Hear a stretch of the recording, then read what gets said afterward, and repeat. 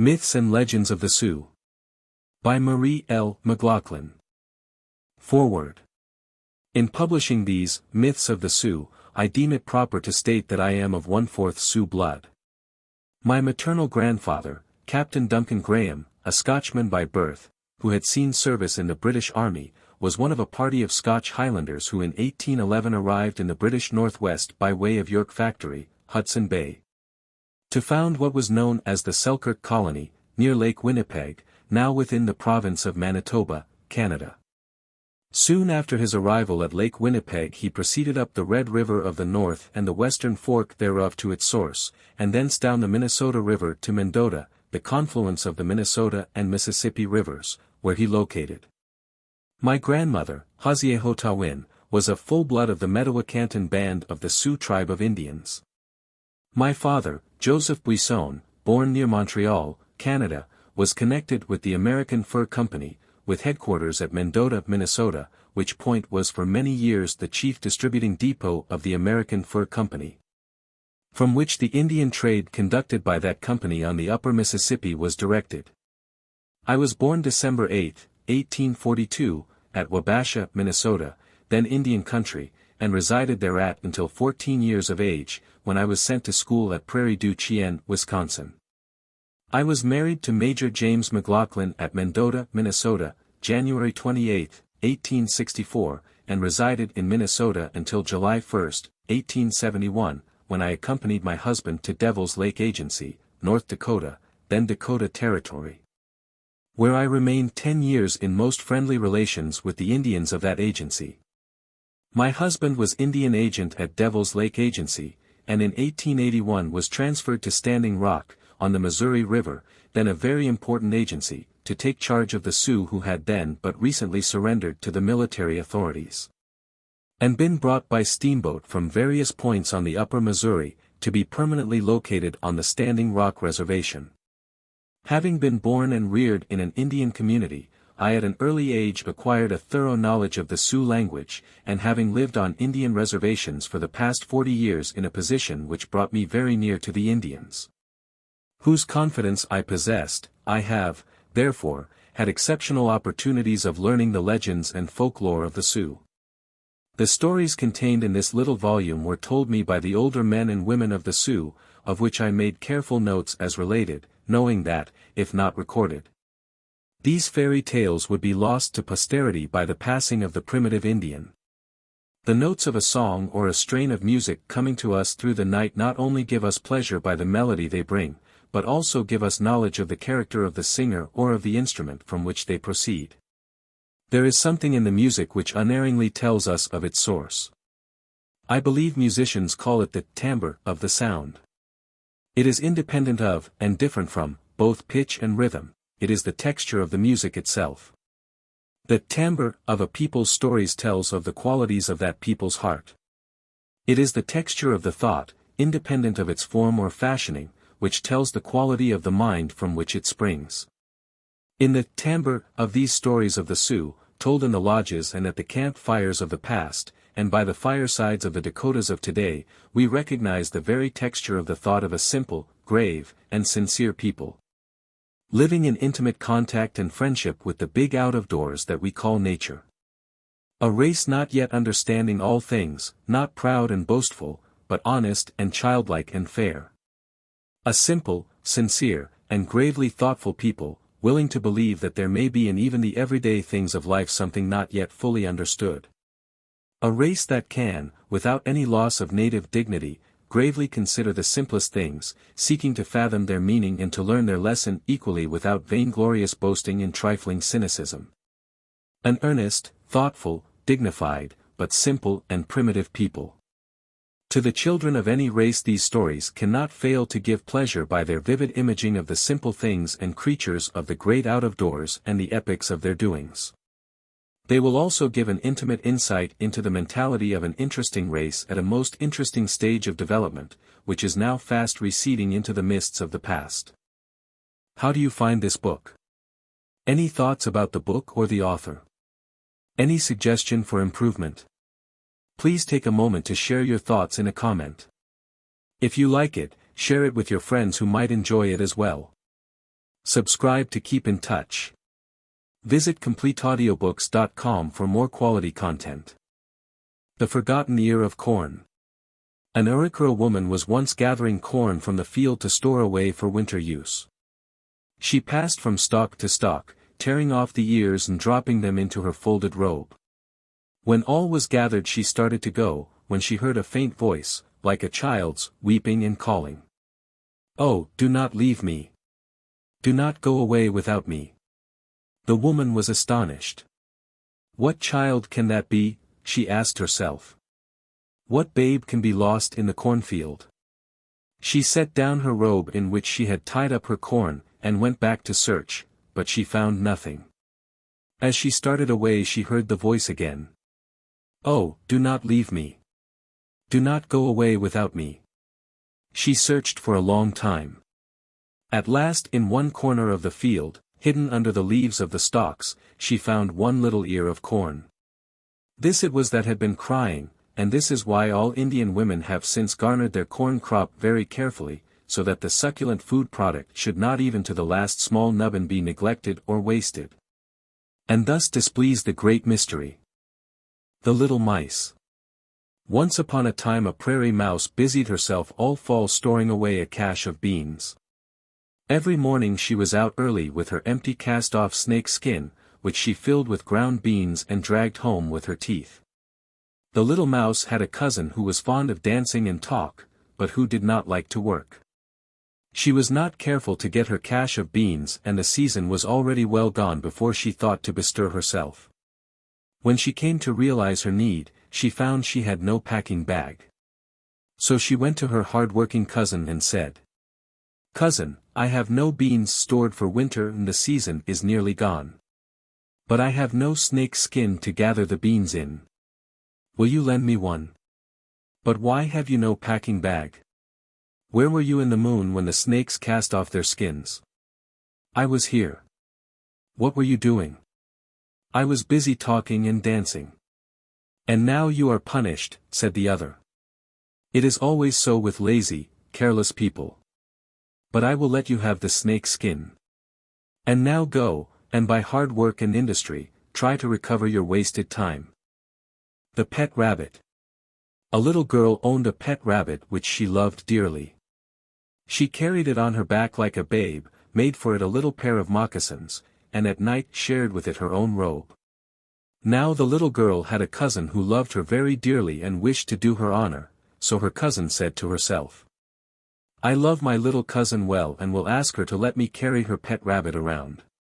For thus do Indian women when they wish to honor a friend, they ask permission to carry about the friend's babe. She then went to the little girl and said, "Cousin, let me carry your pet rabbit about on my back. Thus shall I show you how I love you." Her mother, too, said to her, "Oh no, do not let our little grandchild go away from our teepee." But the cousin answered, "Oh, do let me carry it. I do so want to show my cousin honor." At last they let her go away with the pet rabbit on her back. When the little girl's cousin came home to her teepee, some rough boys who were playing about began to make sport of her. To tease the little girl they threw stones and sticks at the pet rabbit. At last a stick struck the little rabbit upon the head and killed it. When her pet was brought home dead, the little rabbit's adopted mother wept bitterly. She cut off her hair for mourning and all her little girl friends wailed with her. Her mother, too, mourned with them. "Alas," they cried, "alas, for the little rabbit. He was always kind and gentle. Now your child is dead and you will be lonesome." The little girl's mother called in her little friends and made a great mourning feast for the little rabbit. As he lay in the teepee his adopted mother's little friends brought many precious things and covered his body. At the feast were given away robes and kettles and blankets and knives and great wealth in honor of the little rabbit. Him they wrapped in a robe with his little moccasins on and buried him in a high place upon a scaffold. The Pet Donkey. There was a chief's daughter once who had a great many relations so that everybody knew she belonged to a great family. When she grew up she married and there were born to her twin sons. This caused great rejoicing in her father's camp, and all the village women came to see the babes. She was very happy. As the babes grew older, their grandmother made for them 2 saddle-bags and brought out a donkey. "My 2 grandchildren," said the old lady, "shall ride as is becoming to children having so many relations. Here is this donkey. He is patient and sure-footed. He shall carry the babes in the saddle-bags, one on either side of his back." It happened one day that the chief's daughter and her husband were making ready to go on a camping journey. The father, who was quite proud of his children, brought out his finest pony, and put the saddle-bags on the pony's back. "There," he said, "my sons shall ride on the pony, not on a donkey, let the donkey carry the pots and kettles." So his wife loaded the donkey with the household things. She tied the teepee poles into 2 great bundles, one on either side of the donkey's back. Across them she put the travois net and threw into it the pots and kettles and laid the skin tent across the donkey's back. But no sooner done than the donkey began to rear and bray and kick. He broke the tent poles and kicked the pots and kettles into bits and tore the skin tent. The more he was beaten the more he kicked. At last they told the grandmother. She laughed. "Did I not tell you the donkey was for the children?" she cried. "He knows the babies are the chief's children. Think you he will be dishonored with pots and kettles?" And she fetched the children and slung them over the donkey's back, when he became at once quiet again. The camping party left the village and went on their journey. But the next day as they passed by a place overgrown with bushes, a band of enemies rushed out, lashing their ponies and sounding their war whoop. All was excitement. The men bent there and seized their lances. After a long battle the enemy fled. But when the camping party came together again, where were the donkey and the 2 babes? No one knew. For a long time they searched, but in vain. At last they turned to go back to the village, the father mournful, the mother wailing. When they came to the grandmother's teepee, there stood the good donkey with the 2 babes in the saddle-bags. The Rabbit and the Elk. The little rabbit lived with his old grandmother, who needed a new dress. "I will go out and trap a deer or an elk for you," he said. "Then you shall have a new dress." When he went out hunting he laid down his bow in the path while he looked at his snares. An elk coming by saw the bow. "I will play a joke on the rabbit," said the elk to himself. "I will make him think I have been caught in his bowstring." He then put 1 foot on the string and lay down as if dead. By and by the rabbit returned. When he saw the elk he was filled with joy and ran home crying, "Grandmother, I have trapped a fine elk. You shall have a new dress from his skin. Throw the old one in the fire." This the old grandmother did. The elk now sprang to his feet laughing. "Ho, friend rabbit," he called, "you thought to trap me, now I have mocked you." And he ran away into the thicket. The rabbit who had come back to skin the elk now ran home again.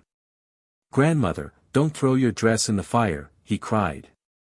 But it was too late. The old dress was burned. The Rabbit and the Grouse Girls. The rabbit once went out on the prairie in winter time. On the side of a hill away from the wind he found a great company of girls all with gray and speckled blankets over their backs. They were the Grouse Girls and they were coasting downhill on a board. When the rabbit saw them, he called out, "Oh, maidens, that is not a good way to coast downhill.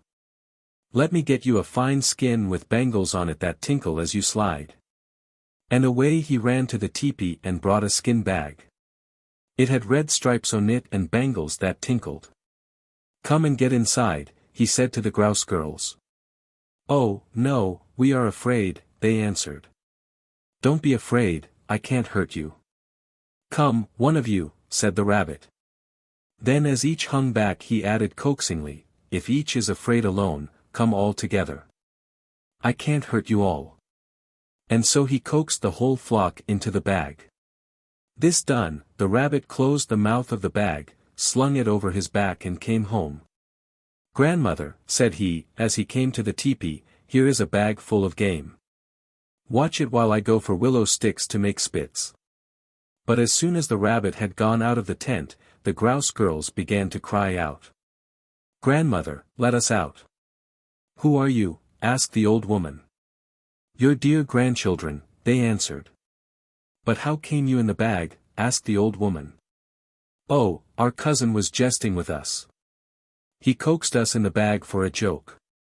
Please let us out."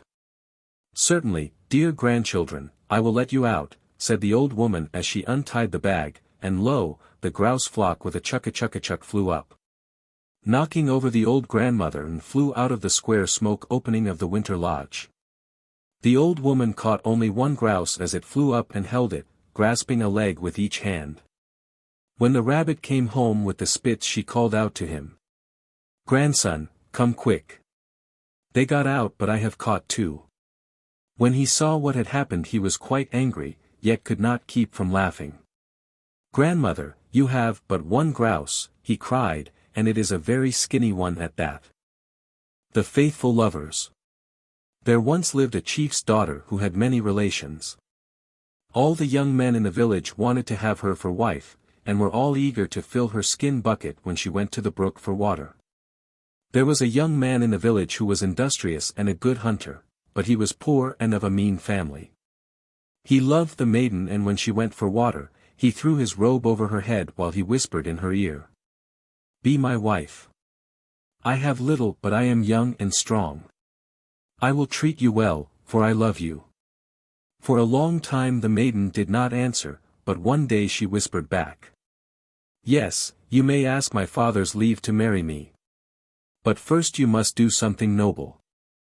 I belong to a great family and have many relations. You must go on a war party and bring back the scalp of an enemy."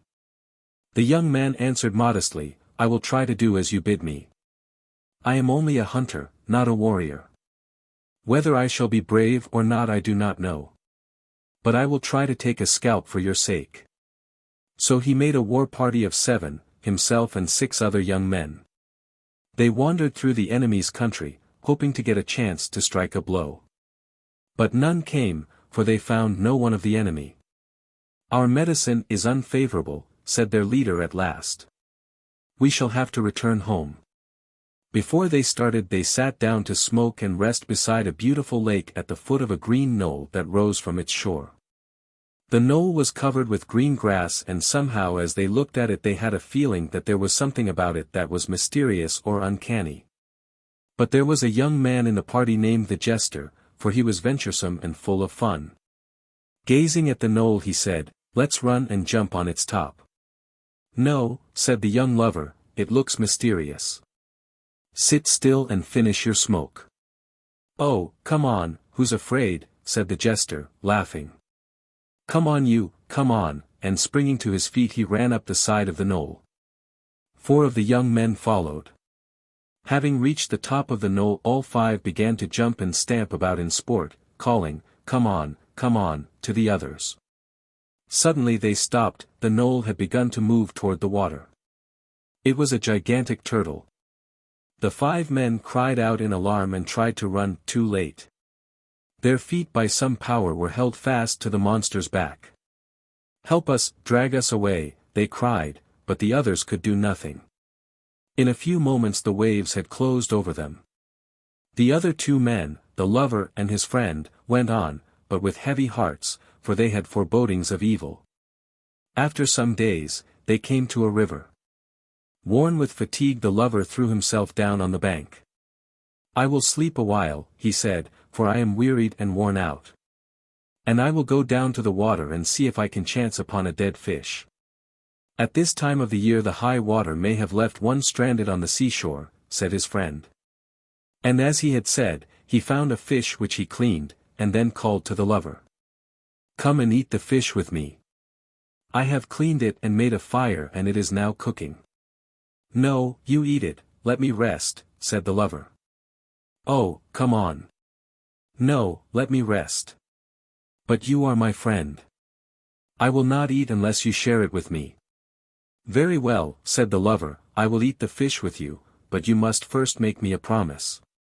If I eat the fish, you must promise, pledge yourself, to fetch me all the water that I can drink."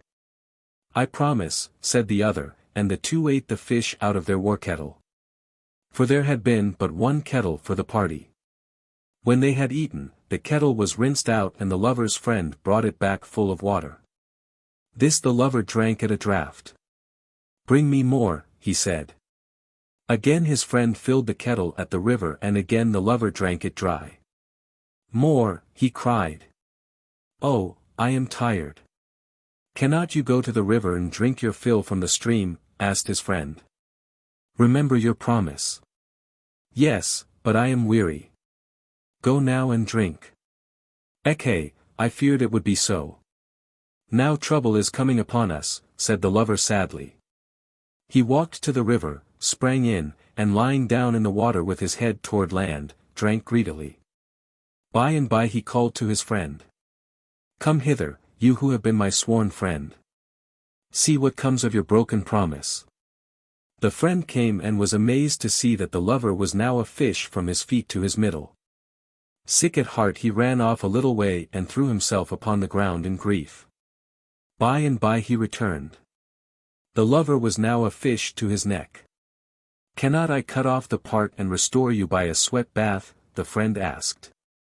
"No, it is too late. But tell the chief's daughter that I loved her to the last and that I die for her sake. Take this belt and give it to her." She gave it to me as a pledge of her love for me, and he being then turned to a great fish, swam to the middle of the river and there remained, only his great fin remaining above the water. The friend went home and told his story. There was great mourning over the death of the 5 young men, and for the lost lover. In the river the great fish remained, its fin just above the surface, and was called by the Indians, "fish that bars," because it barred navigation. Canoes had to be portaged at great labor around the obstruction. The chief's daughter mourned for her lover as for a husband, nor would she be comforted. "He was lost for love of me, and I shall remain as his widow," she wailed. In her mother's tepee she sat, with her head covered with her robe, silent, working. "What is my daughter doing?" her mother asked. But the maiden did not reply. The days lengthened into moons until a year had passed. And then the maiden arose. In her hands were beautiful articles of clothing, enough for 3 men. There were 3 pairs of moccasins, 3 pairs of leggings, 3 belts, 3 shirts, 3 head-dresses with beautiful feathers, and sweet-smelling tobacco. "Make a new canoe of bark," she said, which was made for her. Into the canoe she stepped and floated slowly down the river toward the great fish. "Come back, my daughter," her mother cried in agony. "Come back. The great fish will eat you." She answered nothing. Her canoe came to the place where the great fin arose and stopped, its prow grating on the monster's back.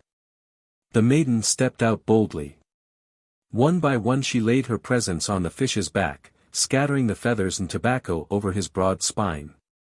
"Oh, fish," she cried, "oh, fish, you who were my lover, I shall not forget you. Because you were lost for love of me, I shall never marry. All my life I shall remain a widow. Take these presents.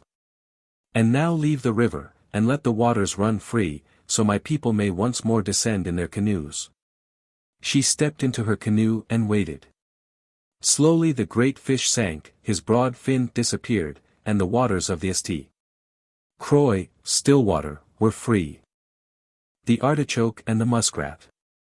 On the shore of a lake stood an artichoke with its green leaves waving in the sun. Very proud of itself it was, and well satisfied with the world. In the lake below lived a muskrat in his tepee, and in the evening as the sun set he would come out upon the shore and wander over the bank.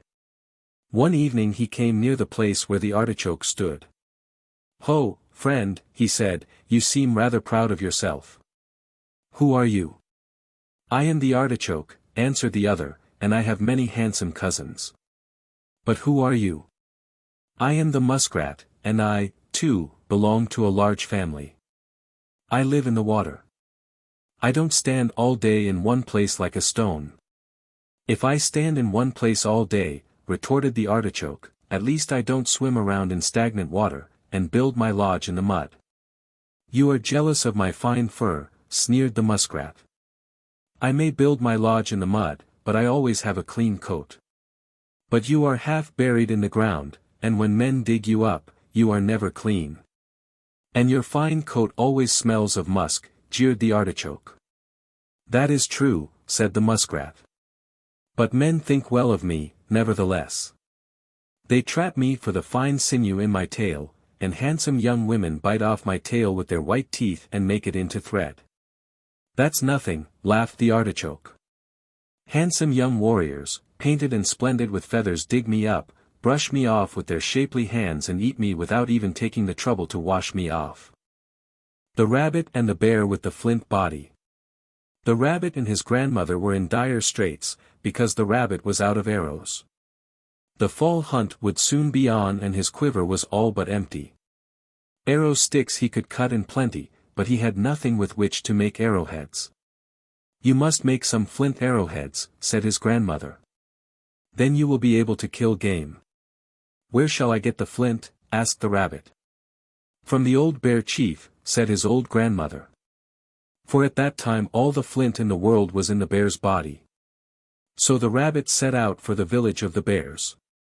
It was winter time and the lodges of the bears were set under the shelter of a hill where the cold wind would not blow on them and where they had shelter among the trees and bushes. He came at one end of the village to a hut where lived an old woman. He pushed open the door and entered. Everybody who came for flint always stopped there because it was the first lodge on the edge of the village. Strangers were therefore not unusual in the old woman's hut, and she welcomed the rabbit. She gave him a seat and at night he lay with his feet to the fire. The next morning the rabbit went to the lodge of the bear chief. They sat together a while and smoked. At last the bear chief spoke. What do you want, my grandson? I have come for some flint to make arrows, answered the rabbit. The bear chief grunted, and laid aside his pipe. Leaning back he pulled off his robe and, sure enough, one half of his body was flesh and the other half hard flint. Bring a stone hammer and give it to our guest, he bade his wife. Then as the rabbit took the hammer he said, do not strike too hard. Grandfather, I shall be careful, said the rabbit. With a stroke he struck off a little flake of flint from the bear's body. Inyanhoksila. So big? He asked. Harder, grandson, strike off bigger pieces, said the bear. The rabbit struck a little harder. Inyanhoksila. So big? He asked. The bear grew impatient. No, no, strike off bigger pieces. I can't be here all day. Inyanhoksila. Break off a big piece. The rabbit struck again, hard. Inyanhoksila, he cried, as the hammer fell. But even as he spoke the bear's body broke in two, the flesh part fell away and only the flint part remained.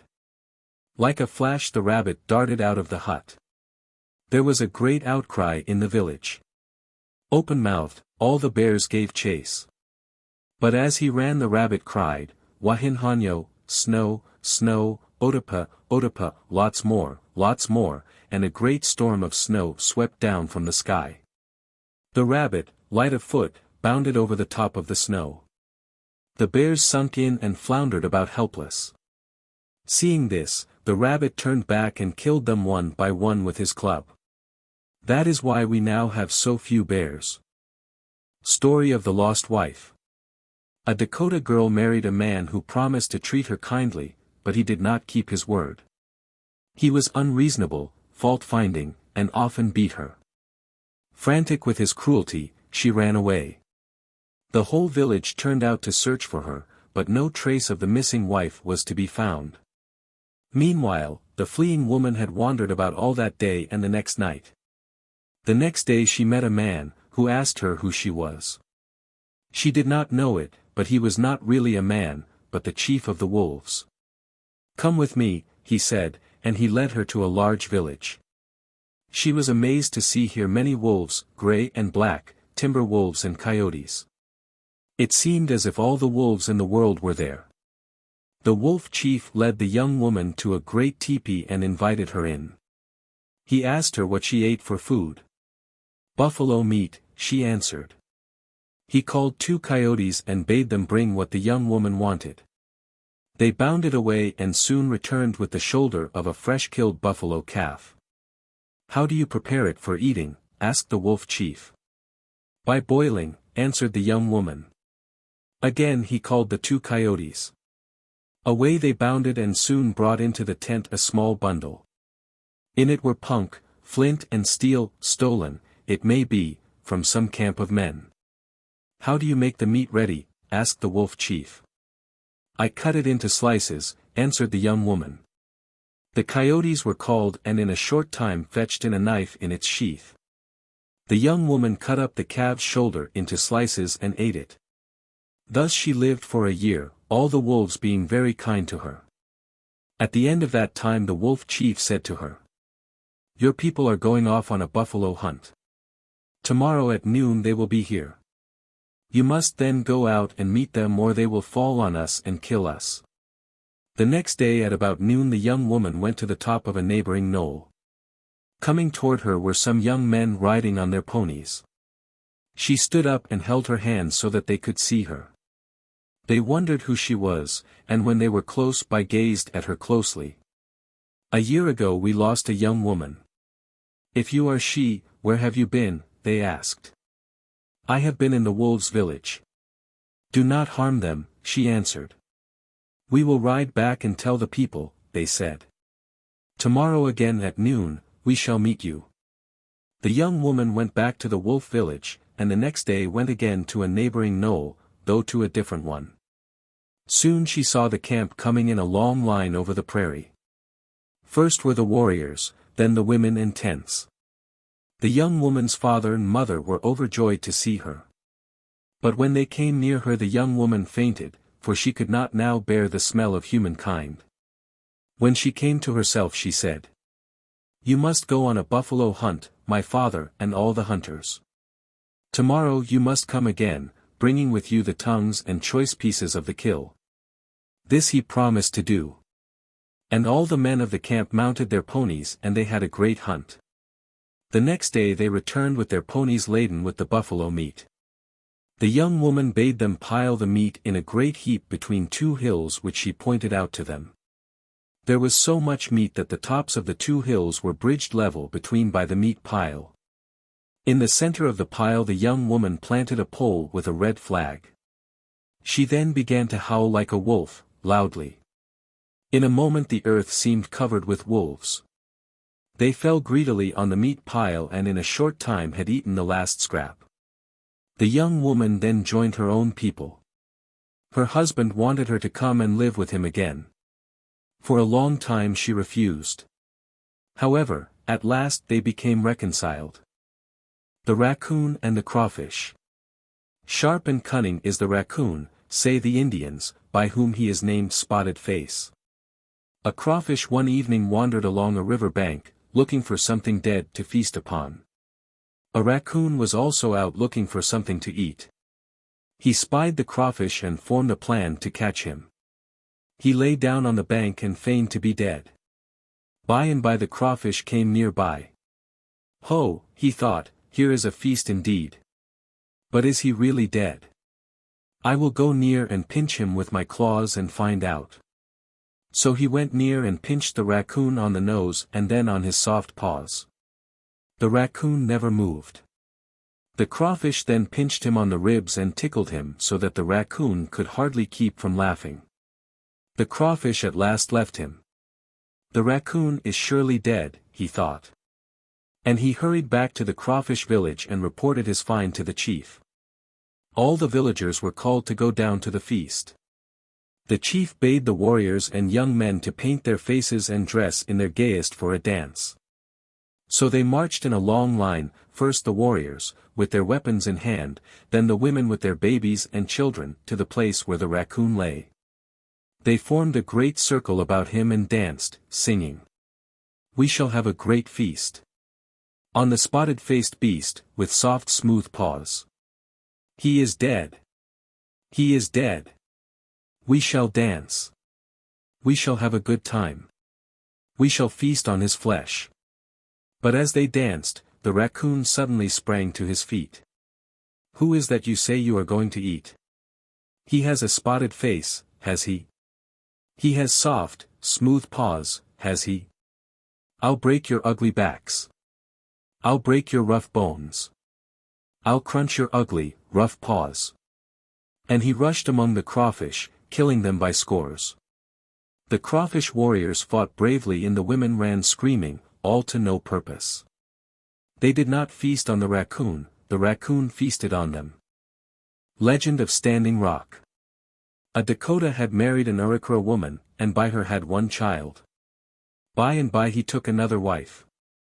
The first wife was jealous and pouted. When time came for the village to break camp, she refused to move from her place on the tent floor. The tent was taken down, but she sat on the ground with her babe on her back. The rest of the camp with her husband went on. At noon her husband halted the line. "Go back to your sister-in-law," he said to his two brothers. "Tell her to come on and we will await you here. But hasten, for I fear she may grow desperate and kill herself." The two rode off and arrived at their former camping place in the evening. The woman still sat on the ground. The elder spoke. "Sister-in-law, get up. We have come for you. The camp awaits you." She did not answer, and he put out his hand and touched her head. She had turned to stone. The two brothers lashed their ponies and came back to camp. They told their story, but were not believed. "The woman has killed herself and my brothers will not tell me," said the husband. However, the whole village broke camp and came back to the place where they had left the woman. Sure enough, she sat there still, a block of stone. The Indians were greatly excited. They chose out a handsome pony, made a new travois and placed the stone in the carrying net. Pony and travois were both beautifully painted and decorated with streamers and colors. The stone was thought wakan, holy, and was given a place of honor in the center of the camp. Whenever the camp moved, the stone and travois were taken along. Thus the stone woman was carried for years, and finally brought to Standing Rock Agency, and now rests upon a brick pedestal in front of the agency office. From this stone Standing Rock Agency derives its name. Story of the Peace Pipe. Two young men were out strolling one night talking of love affairs. They passed around a hill and came to a little ravine or coulee. Suddenly they saw coming up from the ravine a beautiful woman. She was painted and her dress was of the very finest material. "What a beautiful girl," said one of the young men. "Already I love her. I will steal her and make her my wife." "No," said the other. "Don't harm her. She may be holy." The young woman approached and held out a pipe which she first offered to the sky, then to the earth and then advanced, holding it out in her extended hands. "I know what you young men have been saying, one of you is good. The other is wicked," she said. She laid down the pipe on the ground and at once became a buffalo cow. The cow pawed the ground, stuck her tail straight out behind her and then lifted the pipe from the ground again in her hoofs. Immediately she became a young woman again. "I am come to give you this gift," she said. "It is the peace pipe. Hereafter all treaties and ceremonies shall be performed after smoking it. It shall bring peaceful thoughts into your minds. You shall offer it to the Great Mystery and to Mother Earth." The two young men ran to the village and told what they had seen and heard. All the village came out where the young woman was. She repeated to them what she had already told the young men and added, "When you set free the ghost, the spirit of deceased persons, you must have a white buffalo cow skin." She gave the pipe to the medicine men of the village, turned again to a buffalo cow and fled away to the land of buffaloes. A Bashful Courtship. A young man lived with his grandmother. He was a good hunter and wished to marry. He knew a girl who was a good moccasin maker, but she belonged to a great family. He wondered how he could win her. One day she passed the tent on her way to get water at the river. His grandmother was at work in the teepee with a pair of old worn-out sloppy moccasins. The young man sprang to his feet. "Quick, grandmother, let me have those old sloppy moccasins you have on your feet," he cried. "My old moccasins, what do you want of them?" cried the astonished woman. "Never mind. Quick." "I can't stop to talk," answered the grandson as he caught up the old moccasins the old lady had doffed, and put them on. He threw a robe over his shoulders, slipped through the door, and hastened to the watering place. The girl had just arrived with her bucket. "Let me fill your bucket for you," said the young man. "Oh, no, I can do it." "Oh, let me, I can go in the mud." "You surely don't want to soil your moccasins," and taking the bucket he slipped in the mud, taking care to push his sloppy old moccasins out so the girl could see them. She giggled outright. "My, what old moccasins you have," she cried. "Yes, I have nobody to make me a new pair," he answered. "Why don't you get your grandmother to make you a new pair? She's old and blind and can't make them any longer." "That's why I want you," he answered. "Oh, you're fooling me. You aren't speaking the truth." "Yes, I am. If you don't believe, come with me now." The girl looked down, so did the youth. At last he said softly, "Well, which is it? Shall I take up your bucket, or will you go with me?" And she answered, still more softly, "I guess I'll go with you." The girl's aunt came down to the river, wondering what kept her niece so long. In the mud she found 2 pairs of moccasin tracks close together. At the edge of the water stood an empty keg. The simpleton's wisdom. There was a man and his wife who had 1 daughter. Mother and daughter were deeply attached to one another, and when the latter died the mother was disconsolate. She cut off her hair, cut gashes in her cheeks and sat before the corpse with her robe drawn over her head, mourning for her dead. Nor would she let them touch the body to take it to a burying scaffold. She had a knife in her hand, and if anyone offered to come near the body the mother would wail, "I am weary of life. I do not care to live. I will stab myself with this knife and join my daughter in the land of spirits." Her husband and relatives tried to get the knife from her, but could not. They feared to use force lest she kill herself. They came together to see what they could do. "We must get the knife away from her," they said. At last they called a boy, a kind of simpleton, yet with a good deal of natural shrewdness. He was an orphan and very poor. His moccasins were out at the sole and he was dressed in wazee, coarse buffalo skin, smoked. "Go to the teepee of the mourning mother," they told the simpleton, "and in some way contrive to make her laugh and forget her grief. Then try to get the knife away from her." The boy went to the tent and sat down at the door as if waiting to be given something. The corpse lay in the place of honor where the dead girl had slept in life. The body was wrapped in a rich robe and wrapped about with ropes. Friends had covered it with rich offerings out of respect to the dead. As the mother sat on the ground with her head covered she did not at first see the boy, who sat silent. But when his reserve had worn away a little he began at first lightly, then more heavily, to drum on the floor with his hands. After a while he began to sing a comic song. Louder and louder he sang until carried away with his own singing he sprang up and began to dance, at the same time gesturing and making all manner of contortions with his body, still singing the comic song. As he approached the corpse he waved his hands over it in blessing. The mother put her head out of the blanket and when she saw the poor simpleton with his strange grimaces trying to do honor to the corpse by his solemn waving, and at the same time keeping up his comic song, she burst out laughing. Then she reached over and handed her knife to the simpleton. "Take this knife," she said. "You have taught me to forget my grief. If while I mourn for the dead I can still be mirthful, there is no reason for me to despair. I no longer care to die. I will live for my husband." The simpleton left the teepee and brought the knife to the astonished husband and relatives. "How did you get it? Did you force it away from her, or did you steal it?" they said.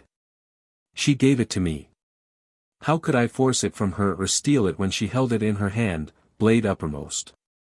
I sang and danced for her and she burst out laughing. Then she gave it to me," he answered. When the old men of the village heard the orphan's story they were very silent. It was a strange thing for a lad to dance in a teepee where there was mourning. It was stranger that a mother should laugh in a tepee before the corpse of her dead daughter. The old men gathered at last in a council. They sat a long time without saying anything, for they did not want to decide hastily. The pipe was filled and passed many times. At last an old man spoke. "We have a hard question. A mother has laughed before the corpse of her daughter, and many think she has done foolishly, but I think the woman did wisely. The lad was simple and of no training, and we cannot expect him to know how to do as well as one with good home and parents to teach him. Besides, he did the best that he knew. He danced to make the mother forget her grief, and he tried to honor the corpse by waving over it his hands. The mother did right to laugh, for when one does try to do us good, even if what he does causes us discomfort, we should always remember rather the motive than the deed. And besides, the simpleton's dancing saved the woman's life, for she gave up her knife. In this, too, she did well, for it is always better to live for the living than to die for the dead." A Little Brave and the Medicine Woman. A village of Indians moved out of winter camp and pitched their tents in a circle on high land overlooking a lake. A little way down the declivity was a grave. Choke cherries had grown up, hiding the grave from view. But as the ground had sunk somewhat, the grave was marked by a slight hollow. One of the villagers going out to hunt took a short cut through the choke cherry bushes. As he pushed them aside he saw the hollow grave, but thought it was a washout made by the rains.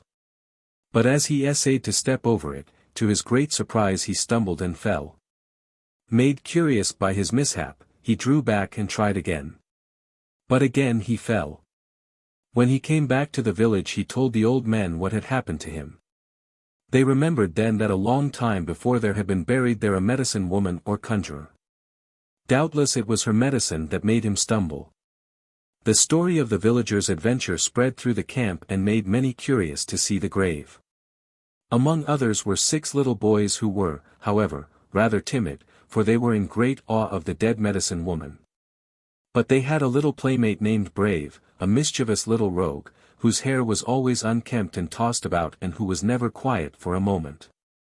"Let us ask Brave to go with us," they said, and they went in a body to see him. "All right," said Brave, "I will go with you. But I have something to do first. You go on around the hill that way, and I will hasten around this way, and meet you a little later near the grave." So the 6 little boys went on as bidden until they came to a place near the grave. There they halted. "Where is Brave?" they asked. Now Brave, full of mischief, had thought to play a jest on his little friends. As soon as they were well out of sight he had sped around the hill to the shore of the lake and sticking his hands in the mud had rubbed it over his face, plastered it in his hair, and soiled his hands until he looked like a new risen corpse with the flesh rotting from his bones.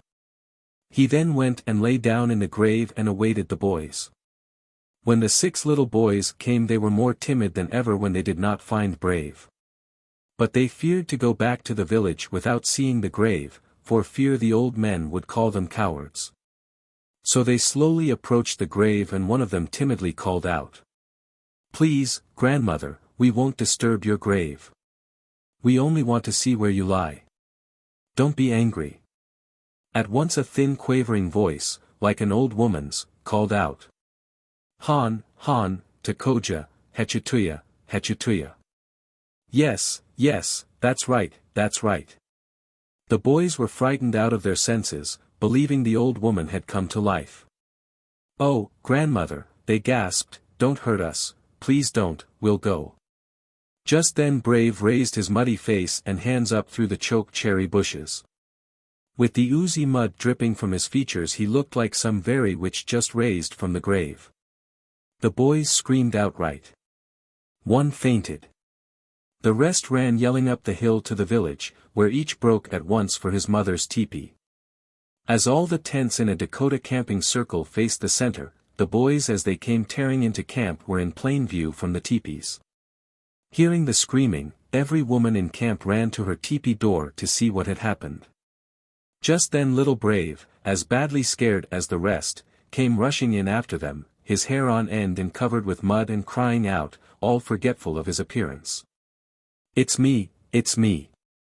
The women yelped and bolted in terror from the village. Brave dashed into his mother's teepee, scaring her out of her wits. Dropping pots and kettles, she tumbled out of the tent to run screaming with the rest. Nor would a single villager come near poor little Brave until he had gone down to the lake and washed himself. The bound children. There once lived a widow with 2 children, the elder a daughter and the younger a son. The widow went in mourning for her husband a long time. She cut off her hair, let her dress lie untidy on her body and kept her face unpainted and unwashed. There lived in the same village a great chief. He had one son just come old enough to marry. The chief had it known that he wished his son to take a wife, and all of the young women in the village were eager to marry the young man. However, he was pleased with none of them. Now the widow thought, "I am tired of mourning for my husband and caring for my children. Perhaps if I lay aside my mourning and paint myself red, the chief's son may marry me." So she slipped away from her 2 children, stole down to the river and made a bathing place through the ice. When she had washed away all signs of mourning, she painted and decked herself and went to the chief's teepee. When his son saw her, he loved her, and a feast was made in honor of her wedding. When the widow's daughter found herself forsaken, she wept bitterly. After a day or 2 she took her little brother in her arms and went to the teepee of an old woman who lived at one end of the village. The old woman's tumble-down teepee was of bark and her dress and clothing was of old smoke-dried tent cover. But she was kind to the 2 waifs and took them in willingly. The little girl was eager to find her mother. The old woman said to her, "I suspect your mother has painted her face red. Do not try to find her. If the chief's son marries her, she will not want to be burdened with you." The old woman was right. The girl went down to the river, and sure enough found a hole cut in the ice, and about it lay the filth that the mother had washed from her body. The girl gathered up the filth and went on. By and by she came to a second hole in the ice. Here too was filth, but not so much as at the previous place. At the third hole the ice was clean. The girl knew now that her mother had painted her face red. She went at once to the chief's teepee, raised the door flap and went in. There sat her mother with the chief's son at their wedding feast. The girl walked up to her mother and hurled the filth in her mother's face. "There," she cried, "you who forsake your helpless children and forget your husband, take that." And at once her mother became a hideous old woman. The girl then went back to the lodge of the old woman, leaving the camp in an uproar. The chief soon sent some young warriors to seize the girl and her brother, and they were brought to his tent. He was furious with anger. "Let the children be bound with lariats wrapped about their bodies and let them be left to starve. Our camp will move on," he said. The chief's son did not put away his wife, hoping she might be cured in some way and grow young again. Everybody in camp now got ready to move, but the old woman came close to the girl and said, "In my old teepee I have dug a hole and buried a pot with punk and steel and flint and packs of dried meat. They will tie you up like a corpse. But before we go I will come with a knife and pretend to stab you, but I will really cut the rope that binds you so that you can unwind it from your body as soon as the camp is out of sight and hearing." And so, before the camp started, the old woman came to the place where the 2 children were bound. She had in her hand a knife bound to the end of a stick which she used as a lance. She stood over the children and cried aloud, "You wicked girl, who have shamed your own mother, you deserve all the punishment that is given you. But after all I do not want to let you lie and starve. Far better kill you at once and have done with it," and with her stick she stabbed many times, as if to kill, but she was really cutting the rope. The camp moved on, but the children lay on the ground until noon the next day. Then they began to squirm about. Soon the girl was free, and she then set loose her little brother. They went at once to the old woman's hut where they found the flint and steel and the packs of dried meat. The girl made her brother a bow and arrows, and with these he killed birds and other small game. The boy grew up a great hunter. They became rich. They built 3 great teepees, in one of which were stored rows upon rows of parfleche bags of dried meat. One day as the brother went out to hunt, he met a handsome young stranger who greeted him and said to him, "I know you are a good hunter, for I have been watching you. Your sister, too, is industrious. Let me have her for a wife. Then you and I will be brothers and hunt together."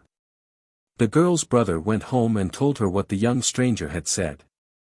"Brother, I do not care to marry," she answered. "I am now happy with you." "But you will be yet happier married," he answered, "and the young stranger is of no mean family, as one can see by his dress and manners."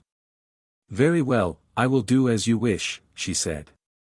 So the stranger came into the tepee and was the girl's husband.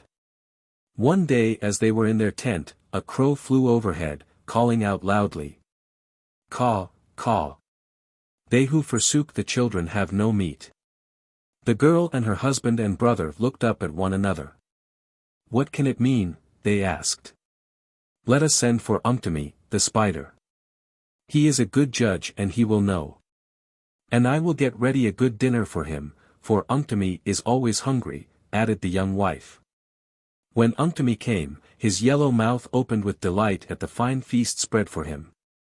After he had eaten he was told what the crow had said. "The crow means," said Unktomi, "that the villagers and chief who bound and deserted you are in sad plight. They have hardly anything to eat and are starving." When the girl heard this she made a bundle of choicest meat and called the crow.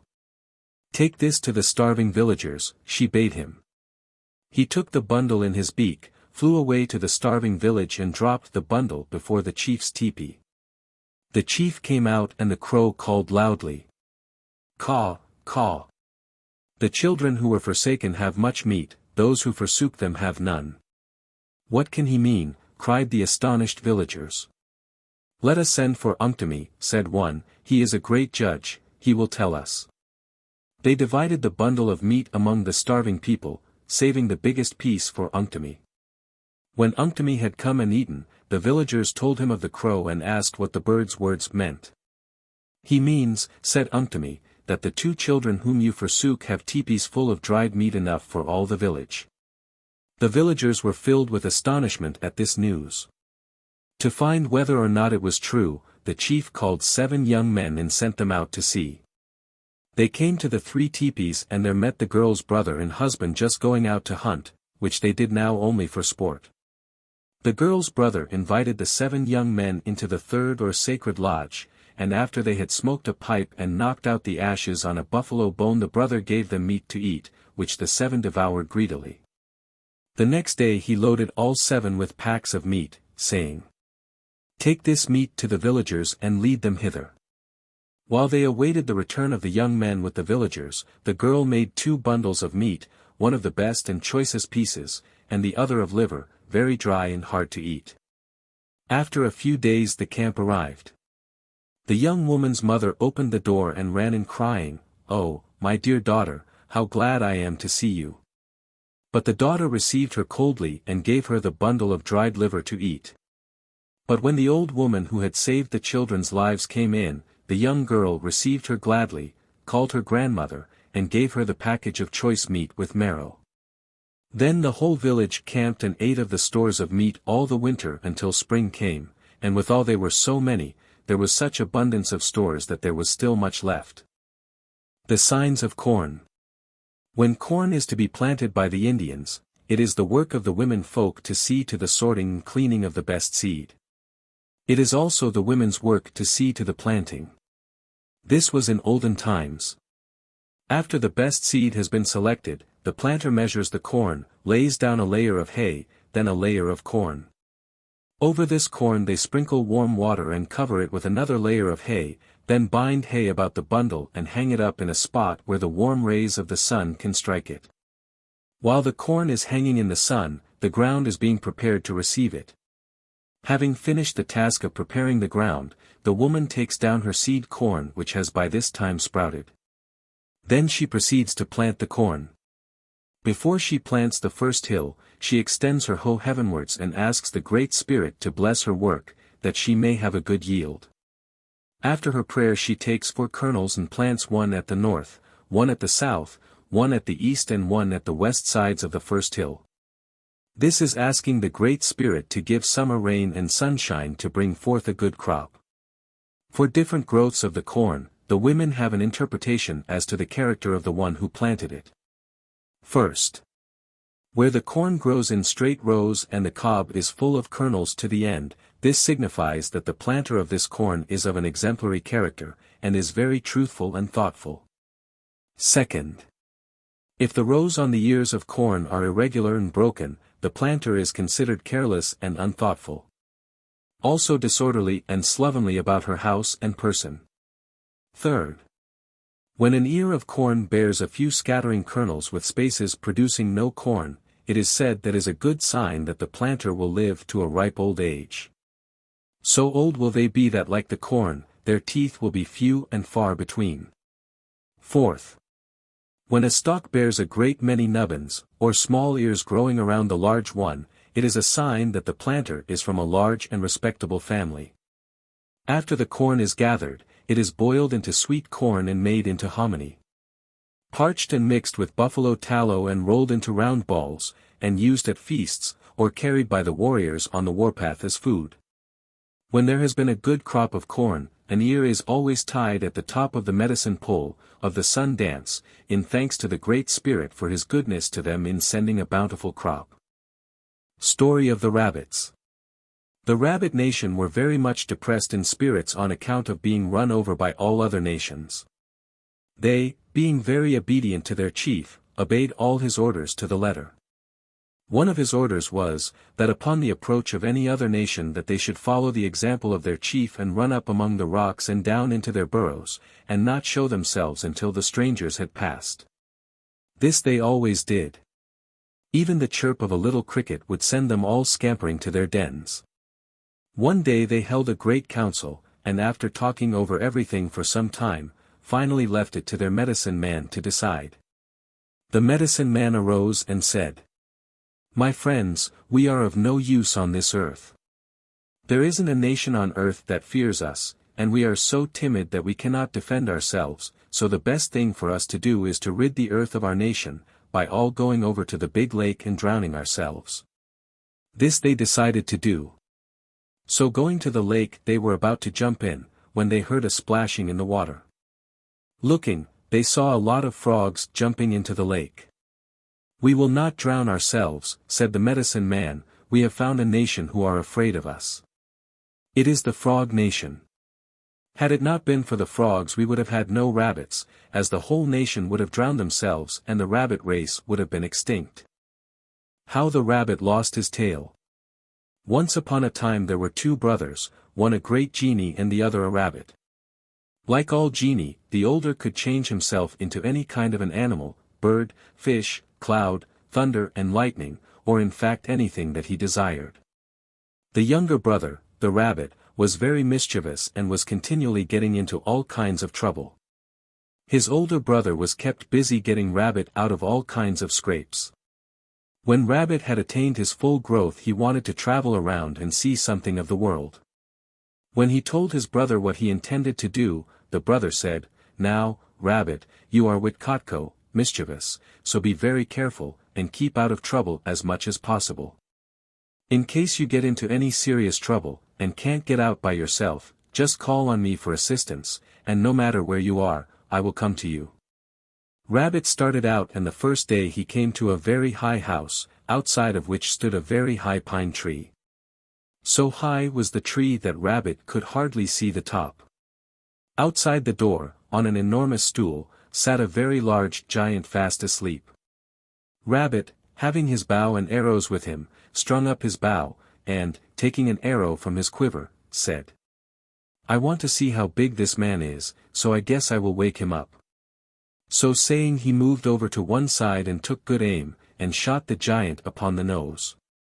This stung like fire and awoke the giant, who jumped up, crying, "Who had the audacity to shoot me on the nose?" "I did," said Rabbit. The giant, hearing a voice, looked all around, but saw nothing, until he looked down at the corner of the house, and there sat a rabbit. "I had hiccups this morning and thought that I was going to have a good big meal, and here is nothing but a toothful." "I guess you won't make a toothful of me," said Rabbit, I am as strong as you, though I am little." "We will see," said the giant. He went into the house and came out, bringing a hammer that weighed many tons. "Now, Mr. Rabbit, we will see who can throw this hammer over the top of that tree." "Get something harder to do," said Rabbit. "Well, we will try this first," said the giant. With that he grasped the hammer in both hands, swung it 3 times around his head and sent it spinning through the air. Up, up, it went, skimming the top of the tree, and came down, shaking the ground and burying itself deep into the earth. "Now," said the giant, "if you don't accomplish this same feat, I am going to swallow you at one mouthful." Rabbit said, "I always sing to my brother before I attempt things like this." So he commenced singing and calling his brother. "Sinny! Sinny! Brother, brother," he sang. The giant grew nervous, and said, "Boy, why do you call your brother?" Pointing to a small black cloud that was approaching very swiftly, Rabbit said, "That is my brother, he can destroy you, your house, and pine tree in one breath." "Stop him and you can go free," said the giant. Rabbit waved his paws and the cloud disappeared. From this place Rabbit continued on his trip towards the west. The next day, while passing through a deep forest, he thought he heard someone moaning, as though in pain. He stopped and listened. Soon the wind blew and the moaning grew louder. Following the direction from whence came the sound, he soon discovered a man stripped of his clothing, and caught between 2 limbs of a tall elm tree. When the wind blew, the limbs would rub together and squeeze the man, who would give forth the mournful groans. "My, you have a fine place up there. Let us change.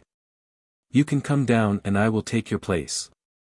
Now this man had been placed up there for punishment, by Rabbit's brother, and he could not get down unless someone came along and proposed to take his place on the tree. "Very well," said the man. "Take off your clothes and come up. I will fasten you in the limbs and you can have all the fun you want." Rabbit disrobed and climbed up. The man placed him between the limbs and slid down the tree. He hurriedly got into Rabbit's clothes, and just as he had completed his toilet, the wind blew very hard. Rabbit was nearly crazy with pain, and screamed and cried. Then he began to cry, "Sinny, Sinny, brother, brother. Call your brother as much as you like, he can never find me." So saying, the man disappeared in the forest. Scarcely had he disappeared, when the brother arrived, and seeing Rabbit in the tree, said, "Which way did he go?" Rabbit pointed the direction taken by the man.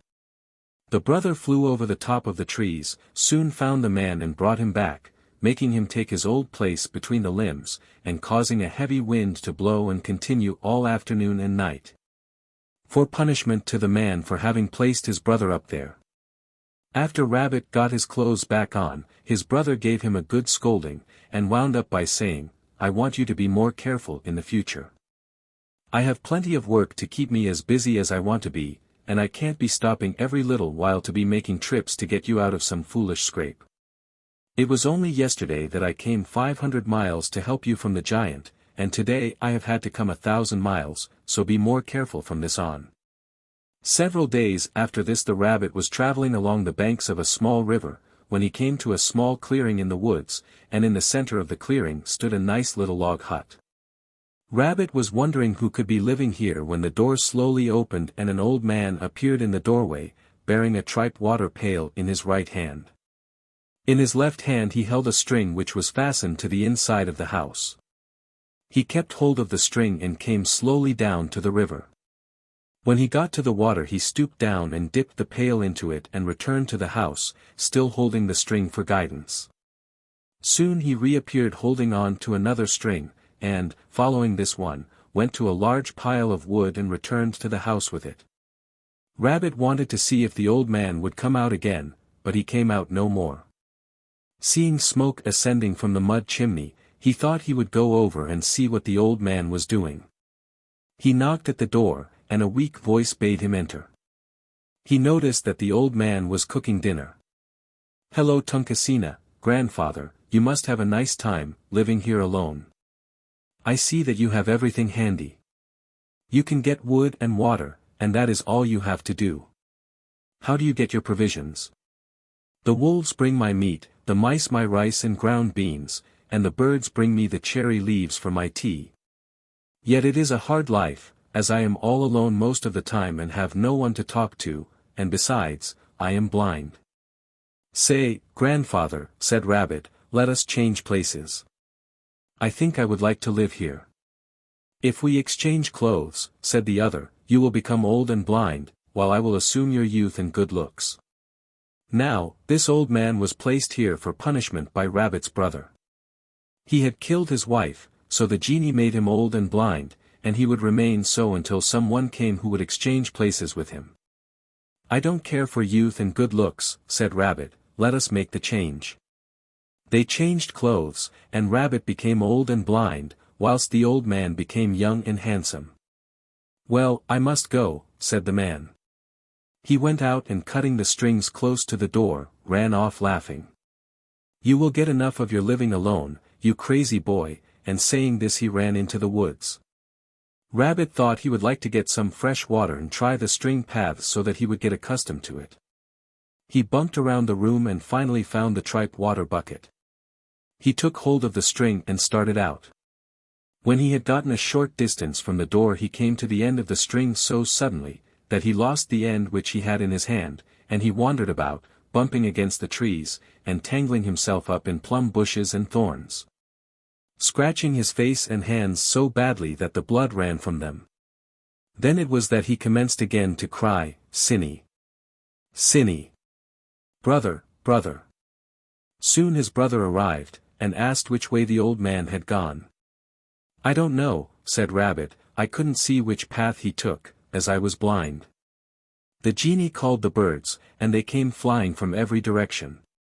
As fast as they arrived the brother asked them if they had seen the man whom he had placed here for punishment, but none had seen him. The owl came last, and when asked if he had seen the man, he said, Who? The man who lived here, said the brother. Last night I was hunting mice in the woods south of here and I saw a man sleeping beneath a plum tree. I thought it was your brother, Rabbit, so I didn't awaken him, said the owl. Good for you, owl, said the brother, for this good news, you shall hereafter roam around only at night, and I will fix your eyes, so the darker the night the better you will be able to see. You will always have the fine cool nights to hunt your food. You other birds can hunt your food during the hot daylight. Since then the owl has been the night bird. The brother flew to the woods and brought the man back and cut the strings short, and said to him, Now you can get a taste of what you gave my brother. To Rabbit he said, I ought not to have helped you this time. Anyone who is so crazy as to change places with a blind man should be left without help, so be careful, as I am getting tired of your foolishness, and will not help you again if you do anything as foolish as you did this time. Rabbit started to return to his home. When he had nearly completed his journey he came to a little creek, and being thirsty took a good long drink. While he was drinking he heard a noise as though a wolf or cat was scratching the earth. Looking up to a hill which overhung the creek, he saw 4 wolves, with their tails intertwined, pulling with all their might. As Rabbit came up to them one pulled loose, and Rabbit saw that his tail was broken. Let me pull tails with you. My tail is long and strong, said Rabbit, and the wolves assenting, Rabbit interlocked his long tail with those of the 3 wolves and commenced pulling, and the wolves pulled so hard that they pulled Rabbit's tail off at the second joint. The wolves disappeared. Sinny! Sinny! Brother, brother! I have lost my tail, cried Rabbit. The genie came and seeing his brother Rabbit's tail missing, said, You look better without a tail anyway. From that time on rabbits have had no tails. Unktomi and the Arrowheads.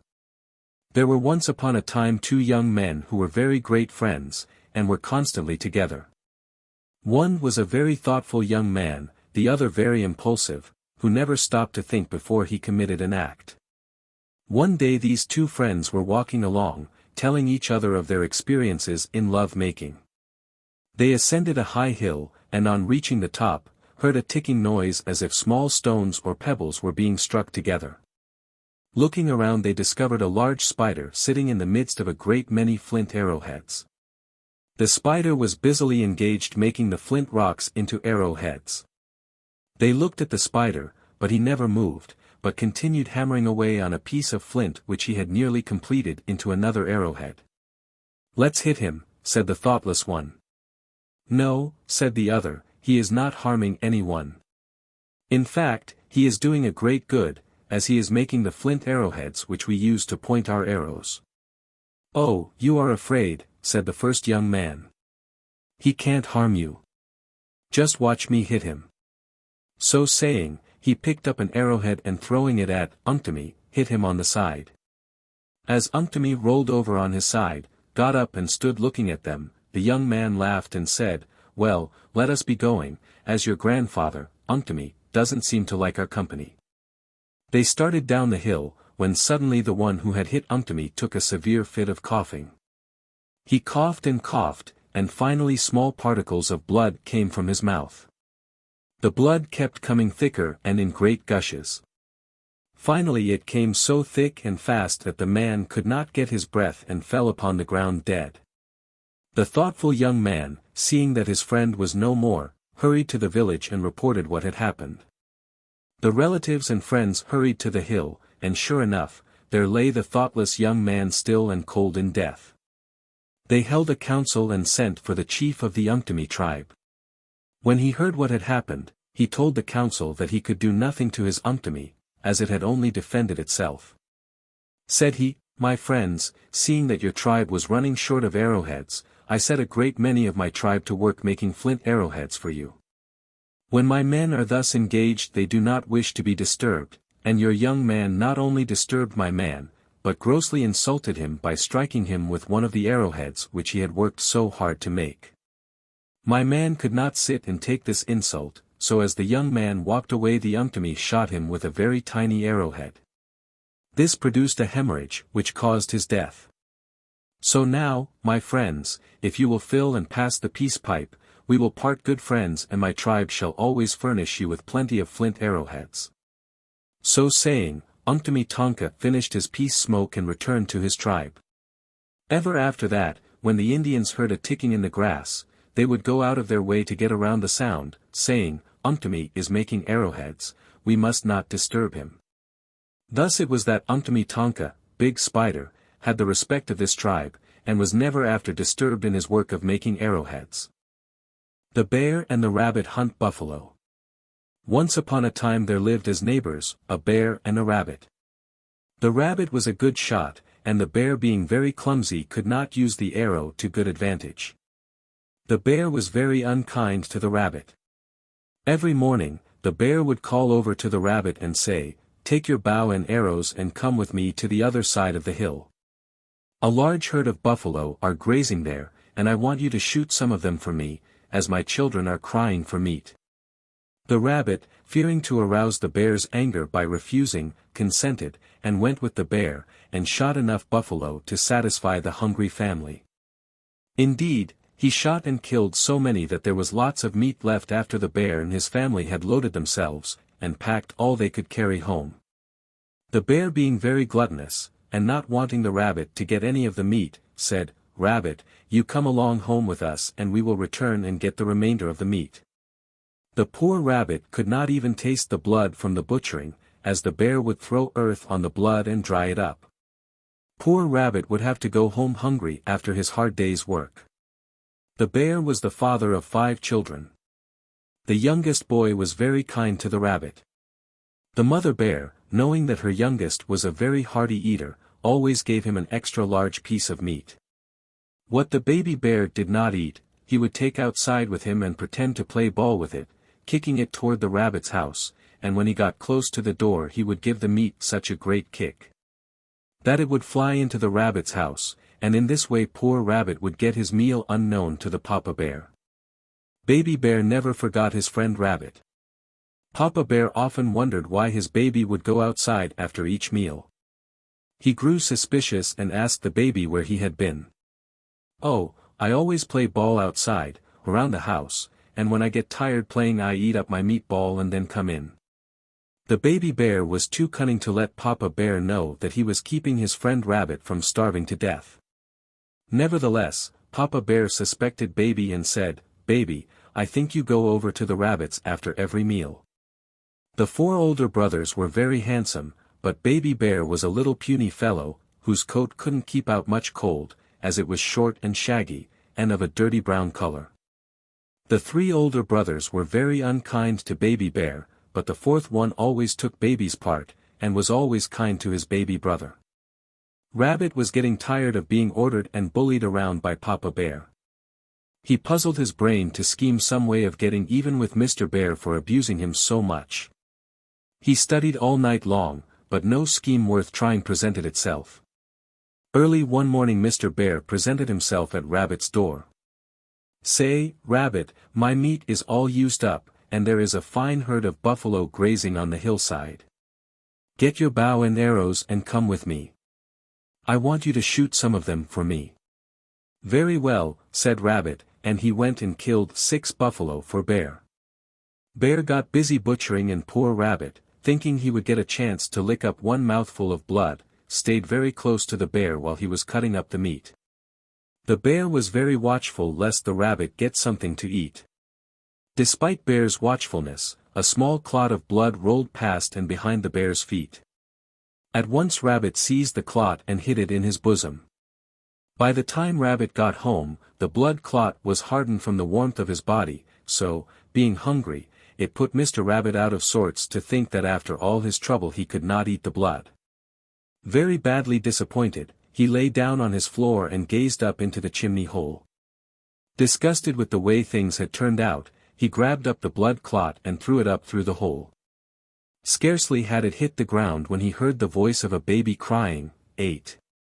8! Father, Father!" He went outside and there he found a big baby boy. He took the baby into his house and threw him out through the hole again. This time the boy was large enough to say, "8, 8, he see you and sin low.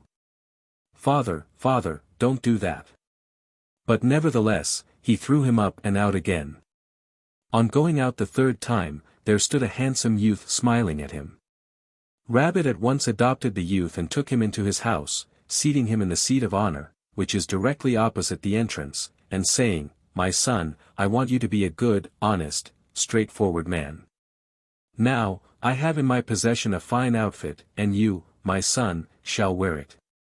Suiting his action to his words, he drew out a bag from a hollow tree and on opening it, drew out a fine buckskin shirt, tanned white as snow, worked with porcupine quills. Also a pair of red leggings worked with beads. Moccasins worked with colored hair. A fine otter skin robe. White weasel skins to intertwine with his beautiful long black locks. A magnificent center eagle feather. A rawhide-covered bow, accompanied by a quiver full of flint arrowheads. The rabbit, having dressed his son in all the latest finery, sat back and gazed long and lovingly at his handsome son. Instinctively Rabbit felt that his son had been sent him for the purpose of being instrumental in the downfall of Mr. Bear. Events will show. The morning following the arrival of Rabbit's son, Mr. Bear again presents himself at the door, crying out, "You lazy, ugly rabbit, get up and come out here. I want you to shoot some more buffalo for me." "Who is this, who speaks so insultingly to you, father?" asked the son. "It is a bear who lives near here, and makes me kill buffalo for his family, and he won't let me take even one little drop of blood from the killing, and consequently, my son, I have nothing in my house for you to eat." The young man was anxious to meet Mr. Bear, but Rabbit advised him to wait a little until he and Bear had gone to the hunt. So the son obeyed, and when he thought it time that the killing was done, he started out and arrived on the scene just as Mr. Bear was about to proceed with his butchering. Seeing a strange shadow on the ground beside him, Mr. Bear looked up and gazed into the fearless eyes of Rabbit's handsome son. "Who is this?" asked Mr. Bear of poor little Rabbit. "I don't know," answered Rabbit. "Who are you?" asked the bear of Rabbit's son. "Where did you come from?" The rabbit's son not replying, the bear spoke thus to him, "Get out of here, and get out quick, too." At this speech the rabbit's son became angered, and fastened an arrow to his bow and drove the arrow through the bear's heart. Then he turned on Mrs. Bear and served her likewise. During the melee, Rabbit shouted, my son, don't kill the two youngest. The baby has kept me from starving and the other one is good and kind to his baby brother." So the three older brothers who were unkind to their baby brother met a similar fate to that of their selfish parents. This, the story goes, is the reason that bears travel only in pairs. The brave who went on the warpath alone and won the name of the lone warrior. There was once a young man whose parents were not overburdened with the riches of this world, and consequently could not dress their only son in as rich a costume as the other young men of the tribe, and on account of not being so richly clad as they, he was looked down upon and shunned by them. He was never invited to take part in any of their sports, nor was he ever asked to join any of the war parties. In the village lived an old man with an only daughter. Like the other family, they were poor, but the daughter was the belle of the tribe. She was the most sought after by the young men of the village, and warriors from tribes far distant came to press their suit at winning her for their bride. All to no purpose, she had the same answer for them as she had for the young men of the village. The poor young man was also very handsome despite his poor clothes, but having never killed an enemy nor brought home any enemy's horses, he was not, according to Indian rules, allowed to make love to any young or old woman. He tried in vain to join some of the war parties, that he might get the chance to win his spurs as a warrior. To all his pleadings, came the same answer, you are not fit to join a war party. You have no horses, and if you should get killed our tribe would be laughed at and be made fun of as you have such poor clothes, and we don't want the enemy to know that we have any one of our tribe who dresses so poorly as you do. Again, and again, he tried different parties, only to be made fun of and insulted. One night he sat in the poor teepee of his parents. He was in deep study and had nothing to say. His father, noticing his melancholy mood, asked him what had happened to cause him to be so quiet, as he was always of a jolly disposition. The son answered and said, "Father, I am going on the warpath alone. In vain I have tried to be a member of one of the war parties. To all of my pleadings I have got nothing but insults in return. But my son, you have no gun nor ammunition. Where can you get any and how can you get it?" "We have nothing to buy one for you with," said the father. "I don't need any weapons. I am going to bring back some of the enemy's horses, and I don't need a gun for that." Early the next morning, regardless of the old couple's pleadings not to go unarmed, the young man left the village and headed northwest, the direction always taken by the war parties. For 10 days he traveled without seeing any signs of a camp. The evening of the 10th day, he reached a very high butte, thickly wooded at the summit. He ascended this butte, and as he sat there between two large boulders, watching the beautiful rays of the setting sun, he was suddenly startled to hear the neigh of a horse. Looking down into the beautiful valley which was threaded by a beautiful creek fringed with timber, he noticed close to the base of the butte upon which he sat, a large drove of horses grazing peacefully and quietly. Looking closer, he noticed at a little distance from the main drove, a horse with a saddle on his back. This was the one that had neighed, as the drove drifted further away from him. He was tied by a long lariat to a large sage bush. Where could the rider be, he said to himself. As if in answer to his question, there appeared not more than 20 paces from him a middle-aged man coming up through a deep ravine. The man was evidently in search of some kind of game, as he held his gun in readiness for instant use, and kept his eyes directed at every crevice and clump of bush. So intent was he on locating the game he was trailing, that he never noticed the young man who sat like a statue not 20 paces away. Slowly and cautiously the man approached, and when he had advanced to within a few paces of the young man he stopped and turning around, stood looking down into the valley. This was the only chance that our brave young friend had. Being unarmed, he would stand no show if the enemy ever got a glimpse of him. Slowly and noiselessly he drew his hunting knife, which his father had given him on his departure from home, and holding it securely in his right hand, gathered himself and gave a leap which landed him upon the unsuspecting enemy's shoulders. The force with which he landed on the enemy caused him, the enemy, to lose his hold on his gun, and it went rattling down into the chasm, 40 feet below. Down they came together, the young man on top. No sooner had they struck the ground than the enemy had out his knife, and then commenced a hand-to-hand duel. The enemy, having more experience, was getting the best of our young friend. Already our young friend had 2 ugly cuts, one across his chest and the other through his forearm.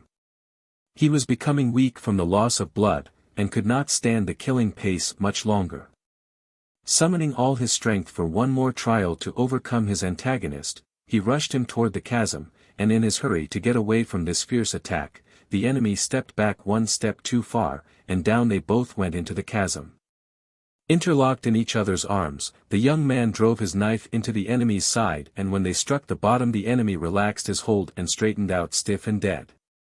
Securing his scalp and gun, the young man proceeded down to where the horse was tied to the sage bush, and then gathering the drove of horses proceeded on his return to his own village. Being wounded severely he had to ride very slowly. All the long hours of the night he drove the horses towards his home village. In the meantime, those at the enemy's camp wondered at the long absence of the herder who was watching their drove of horses, and finally 7 young men went to search for the missing herder. All night long they searched the hillsides for the horses and herder, and when it had grown light enough in the morning they saw by the ground where there had been a fierce struggle. Following the tracks in the sand and leaves, they came to the chasm where the combatants had fallen over, and there, lying on his back staring up at them in death, was their herder. They hastened to the camp and told what they had found. Immediately the warriors mounted their war ponies. These ponies are never turned loose, but kept tied close to the teepee of the owner, and striking the trail of the herd driven off by our young friend. They urged forth their ponies and were soon far from their camp on the trail of our young friend. All day long they traveled on his trail, and just as the sun was sinking they caught sight of him driving the drove ahead over a high hill. Again they urged forth their tired ponies. The young man, looking back along the trail, saw some dark objects coming along, and, catching a fresh horse, drove the rest ahead at a great rate. Again all night he drove them, and when daylight came he looked back, from a high butte, over his trail and saw coming over a distant raise, 2 horsemen. These 2 undoubtedly rode the best ponies, as he saw nothing of the others. Driving the horses into a thick belt of timber, he concealed himself close to the trail made by the drove of horses, and lay in ambush for the 2 daring horsemen who had followed him so far. Finally they appeared on the butte from where he had looked back and saw them following him. For a long time they sat there scouring the country before them in hopes that they might see some signs of their stolen horses. Nothing could they see. Had they but known, their horses were but a few hundred yards from them, but the thick timber securely hid them from view. Finally one of them arose and pointed to the timber. Then leaving his horse in charge of his friend, he descended the butte and followed the trail of the drove to where they had entered the timber. Little did he think that he was standing on the brink of eternity. The young man hiding not more than 100 yards from him could have shot him there where he stood, but wanting to play fair, he stepped into sight. When he did, the enemy took quick aim and fired. He was too hasty. Had he taken more careful aim he might have killed our young friend, but his bullet whizzed harmlessly over the young man's head and buried itself in a tree. The young man took good aim and fired. The enemy threw up both hands and fell forward on his face. The other one on the hill, seeing his friend killed, hastily mounted his horse and leading his friend's horse, made rapidly off down the butte in the direction from whence he had come. Waiting for some time to be sure the one who was alive did not come up and take a shot at him, he finally advanced upon the fallen enemy in securing his gun, ammunition and scalp. Went to his horse and drove the herd on through the woods and crossing a long flat prairie, ascended a long chain of hills and sat looking back along his trail in search of any of the enemy who might continue to follow him. Thus he sat until the long shadows of the hills reminded him that it would soon be sunset, and as he must get some sleep. He wanted to find some creek bend where he could drive the bunch of ponies and feel safe as to their not straying off during the night. He found a good place for the herd, and catching a fresh horse, he picketed him close to where he was going to sleep, and wrapping himself in his blanket, was soon fast asleep. So tired and sleepy was he that a heavy rain which had come up, during the night, soaked him through and through, but he never awakened until the sun was high in the east. He awoke, and going to the place where he had left the herd, he was glad to find them all there. He mounted his horse and started his herd homeward again. For 2 days he drove them, and on the evening of the second day he came in sight of the village.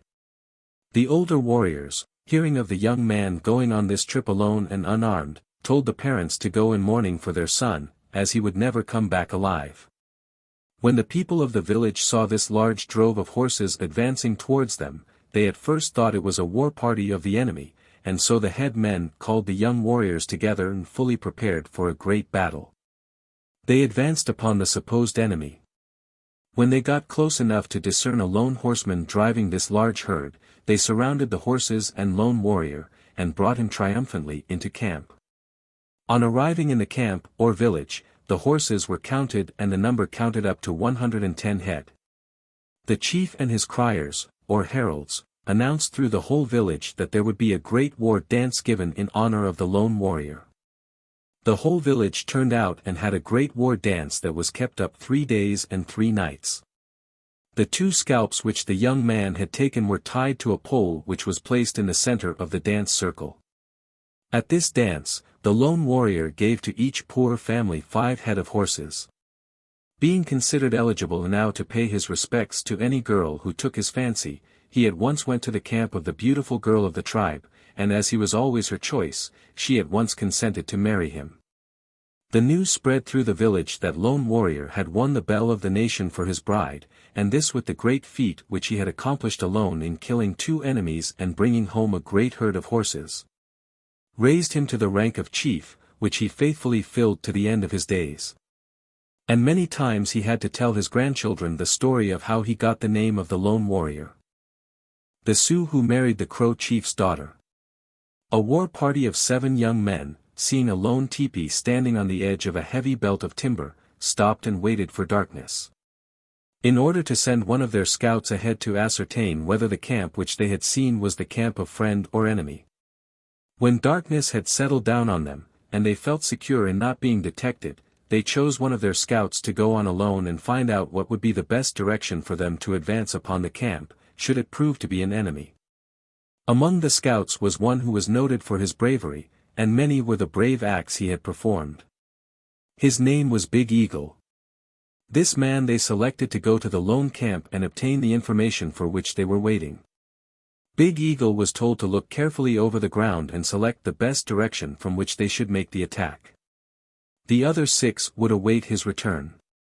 He started on his mission, being careful not to make any noise. He stealthily approached the camp. As he drew near to the tent he was surprised to note the absence of any dogs, as these animals are always kept by the Sioux to notify the owners by their barking of the approach of anyone. He crawled up to the teepee door, and peeping through a small aperture, he saw 3 persons sitting inside. An elderly man and woman were sitting at the right of the fireplace, and a young woman at the seat of honor, opposite the door. Big Eagle had been married and his wife had died 5 winters previous to the time of this episode. He had never thought of marrying again, but when he looked upon this young woman he thought he was looking upon the face of his dead wife. He removed his cartridge belts and knife, and placing them, along with his rifle, at the side of the tent, he at once boldly stepped inside the teepee, and going over to the man, extended his hand and shook first the man's hand, then the old woman's. And lastly the young woman's. Then he seated himself by the side of the girl, and thus they sat, no one speaking. Finally, Big Eagle made signs to the man, explaining as well as possible by signs, that his wife had died long ago, and when he saw the girl she so strongly resembled his dead wife that he wished to marry her. And he would go back to the enemy's camp and live with them, if they would consent to the marriage of their daughter. The old man seemed to understand, and Big Eagle again made signs to him that a party were lying in wait just a short distance from his camp. Noiselessly they brought in the horses, and taking down the tent, they at once moved off in the direction from whence they had come. The war party waited all night, and when the first rays of dawn disclosed to them the absence of the teepee, they at once concluded that Big Eagle had been discovered and killed, so they hurriedly started on their trail for home. In the meantime, the hunting party, for this it was that Big Eagle had joined, made very good time in putting a good distance between themselves and the war party. All day they traveled, and when evening came they ascended a high hill, looking down into the valley on the other side. There stretched for 2 miles, along the banks of a small stream, an immense camp.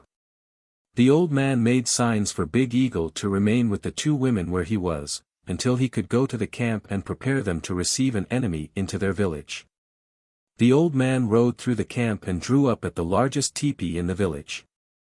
Soon Big Eagle could see men gathering around the teepee. The crowd grew larger and larger, until the whole village had assembled at the large teepee. Finally they dispersed, and catching their horses, mounted and advanced to the hill on which Big Eagle and the 2 women were waiting.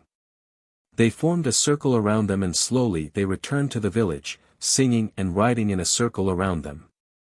When they arrived at the village they advanced to the large teepee, and motioned Big Eagle to the seat of honor in the teepee.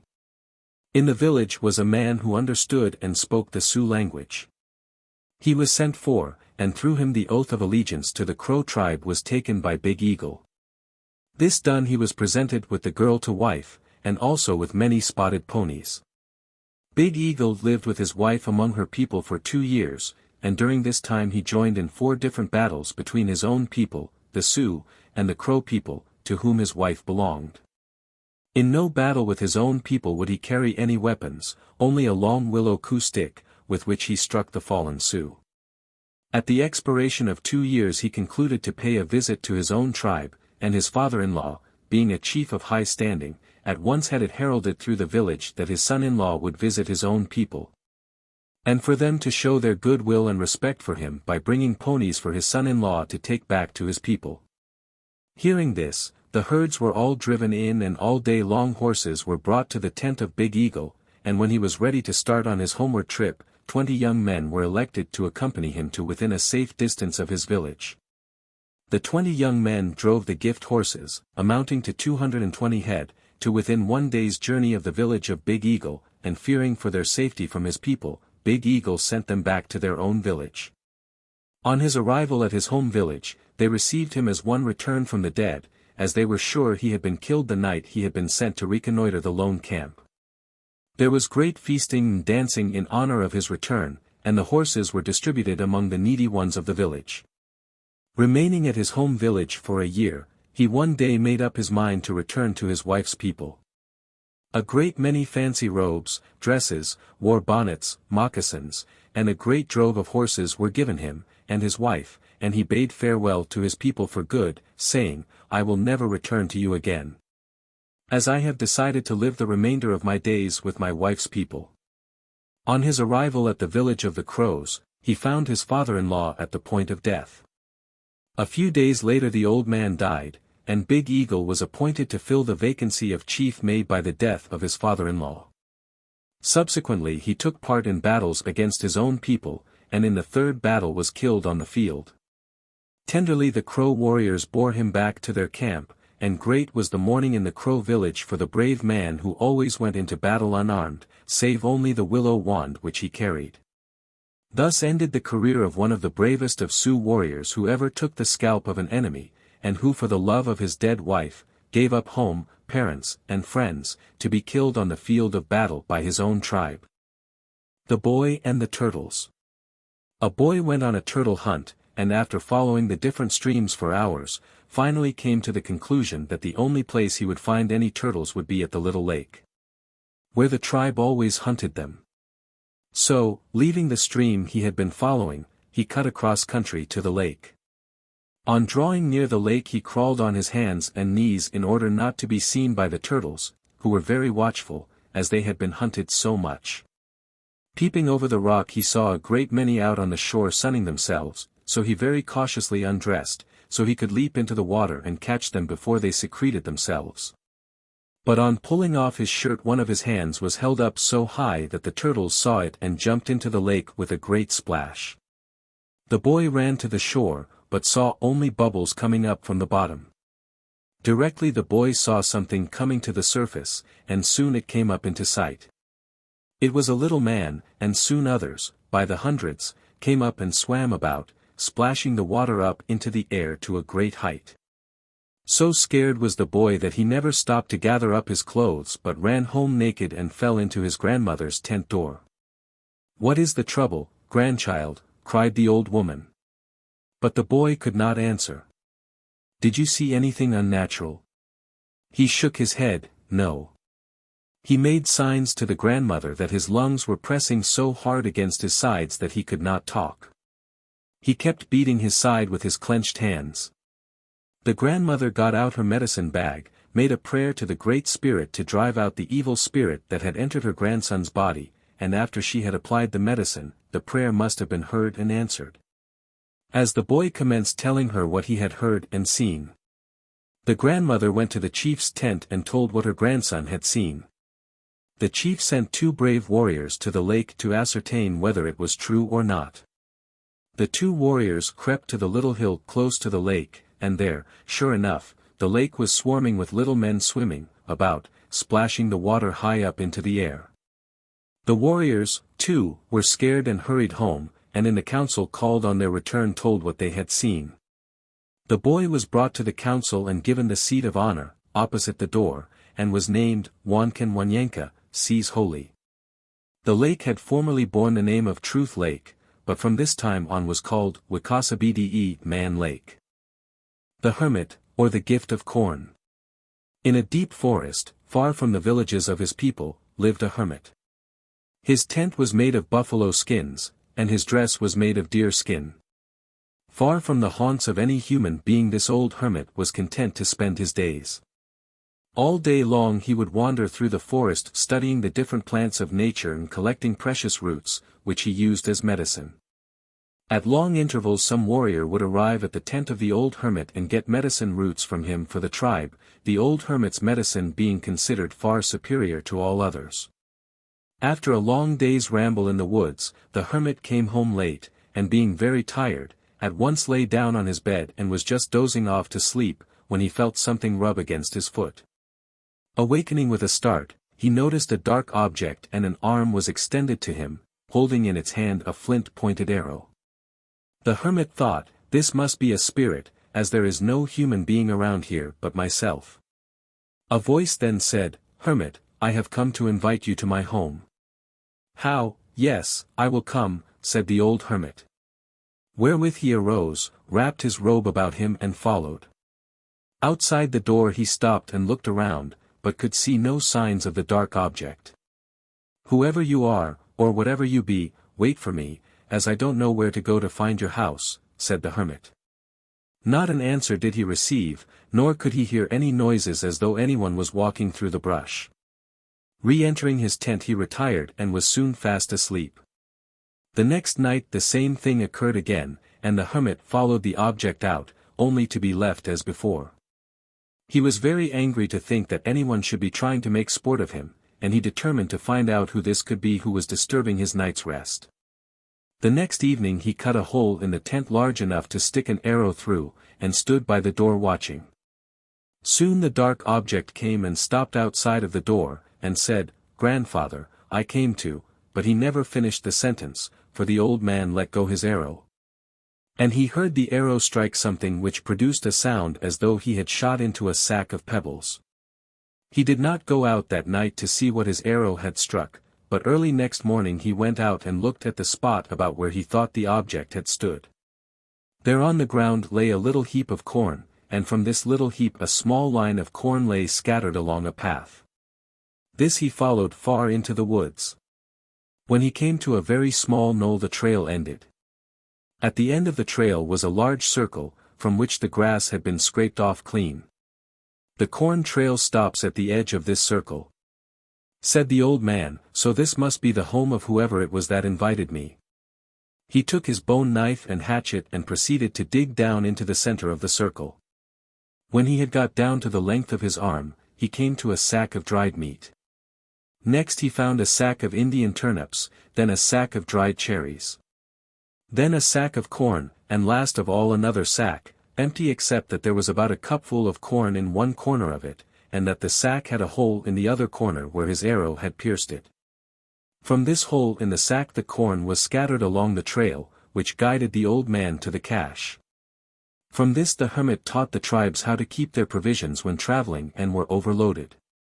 He explained to them how they should dig a pit and put their provisions into it and cover them with earth. By this method the Indians used to keep provisions all summer, and when fall came they would return to their cache, and on opening it would find everything as fresh as the day they were placed there. The old hermit was also thanked as the discoverer of corn, which had never been known to the Indians until discovered by the old hermit. The Mysterious Butte. A young man was once hunting and came to a steep hill. The east side of the hill suddenly dropped off to a very steep bank. He stood on this bank, and at the base he noticed a small opening. On going down to examine it more closely, he found it was large enough to admit a horse or buffalo. On either side of the door were figures of different animals engraved into the wall. He entered the opening and there, scattered about on the floor, lay many bracelets, pipes and many other things of ornament, as though they had been offerings to some great spirit. He passed through this first room and on entering the second it was so dark that he could not see his hands before his face, so becoming scared, he hurriedly left the place, and returning home told what he had seen. Upon hearing this the chief selected 4 of his most daring warriors to go with this young man and investigate and ascertain whether the young man was telling the truth or not. The 5 proceeded to the butte, and at the entrance the young man refused to go inside, as the figures on either side of the entrance had been changed. The 4 entered and seeing that all in the first chamber was as the young man had told, they went on to the next chamber and found it so dark that they could not see anything. They continued on, however, feeling their way along the walls. They finally found an entrance that was so narrow that they had to squeeze into it sideways. They felt their way around the walls and found another entrance, so low down that they had to crawl on their hands and knees to go through into the next chamber. On entering the last chamber they found a very sweet odor coming from the opposite direction. Feeling around and crawling on their hands and knees, they discovered a hole in the floor leading downward. From this hole came up the sweet odor. They hurriedly held a council, and decided to go no further, but return to the camp and report what they had found. On getting to the first chamber one of the young men said, "I am going to take these bracelets to show that we are telling the truth." "No," said the other 3, "this being the abode of some great spirit, you may have some accident befall you for taking what is not yours." "Ah! You fellows are like old women," said he, taking a fine bracelet and encircling his left wrist with it. When they reached the village they reported what they had seen. The young man exhibited the bracelet to prove that it was the truth they had told. Shortly after this, these 4 young men were out fixing up traps for wolves. They would raise one end of a heavy log and place a stick under, bracing up the log. A large piece of meat was placed about 5 feet away from the log and this space covered with poles and willows. At the place where the upright stick was put, a hole was left open, large enough to admit the body of a wolf. The wolf, scenting the meat and unable to get at it through the poles and willows, would crowd into the hole and working his body forward, in order to get the meat, would push down the brace and the log thus released would hold the wolf fast under its weight. The young man with the bracelet was placing his bait under the log when he released the log by knocking down the brace, and the log caught his wrist on which he wore the bracelet. He could not release himself and called loud and long for assistance. His friends, hearing his call, came to his assistance, and on lifting the log found the young man's wrist broken. "Now," said they, "you have been punished for taking the wristlet out of the chamber of the Mysterious Butte." Some time after this a young man went to the butte and saw engraved on the wall a woman holding in her hand a pole, with which she was holding up a large amount of beef which had been laid across another pole, which had broken in 2 from the weight of so much meat. He returned to the camp and reported what he had seen. All around the figure he saw marks of buffalo hoofs, also marked upon the wall. The next day an enormous herd of buffalo came near to the village, and a great many were killed. The women were busy cutting up and drying the meat. At one camp was more meat than at any other. The woman was hanging meat upon a long tent pole, when the pole broke in 2 and she was obliged to hold the meat up with another pole, just as the young man saw on the Mysterious Butte. Ever after that the Indians paid weekly visits to this butte, and thereon would read the signs that were to govern their plans. This butte was always considered the prophet of the tribe. The Wonderful Turtle. Near to a Chippewa village lay a large lake, and in this lake there lived an enormous turtle. This was no ordinary turtle, as he would often come out of his home in the lake and visit with his Indian neighbors. He paid the most of his visits to the head chief, and on these occasions would stay for hours, smoking and talking with him. The chief, seeing that the turtle was very smart and showed great wisdom in his talk, took a great fancy to him, and whenever any puzzling subject came up before the chief, he generally sent for Mr. Turtle to help him decide. One day there came a great misunderstanding between different parties of the tribe, and so excited became both sides that it threatened to cause bloodshed. The chief was unable to decide for either faction, so he said, "I will call Mr. Turtle. He will judge for you." Sending for the turtle, the chief vacated his seat for the time being, until the turtle should hear both sides, and decide which was in the right. The turtle came, and taking the chief's seat, listened very attentively to both sides, and thought long before he gave his decision. After thinking long and studying each side carefully, he came to the conclusion to decide in favor of both. This would not cause any hard feelings. So he gave them a lengthy speech and showed them where they were both in the right, and wound up by saying, "You are both in the right in some ways and wrong in others. Therefore, I will say that you both are equally in the right." When they heard this decision, they saw that the turtle was right, and gave him a long cheer for the wisdom displayed by him. The whole tribe saw that had it not been for this wise decision there would have been a great shedding of blood in the tribe. So they voted him as their judge, and the chief, being so well pleased with him, gave to him his only daughter in marriage. The daughter of the chief was the most beautiful maiden of the Chippewa nation, and young men from other tribes traveled hundreds of miles for an opportunity to make love to her, and try to win her for a wife. It was all to no purpose. She would accept no one, only him whom her father would select for her. The turtle was very homely, but as he was prudent and wise, the father chose him, and she accepted him. The young men of the tribe were very jealous, but their jealousy was all to no purpose. She married the turtle. The young men would make sport of the chief's son-in-law. They would say to him, "How did you come to have so flat a stomach?" The turtle answered them, saying, "My friends, had you been in my place, you too would have flat stomachs. I came by my flat stomach in this way." The Chippewas and Sioux had a great battle, and the Sioux, too numerous for the Chippewas, were killing them off so fast that they had to run for their lives. I was on the Chippewa side and some of the Sioux were pressing 5 of us, and were gaining on us very fast. Coming to some high grass, I threw myself down flat on my face, and pressed my stomach close to the ground, so the pursuers could not see me. They passed me and killed the 4 I was with. After they had gone back, I arose and lo! My stomach was as you see it now. So hard had I pressed to the ground that it would not assume its original shape again. After he had explained the cause of his deformity to them, they said, "The turtle is brave. We will bother him no more." Shortly after this the Sioux made an attack upon the Chippewas, and every one deserted the village. The turtle could not travel as fast as the rest and was left behind. It being an unusually hot day in the fall, the turtle grew very thirsty and sleepy.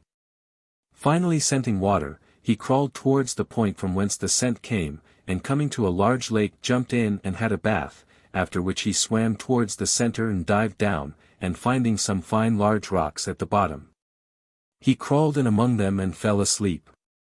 He had his sleep out and arose to the top.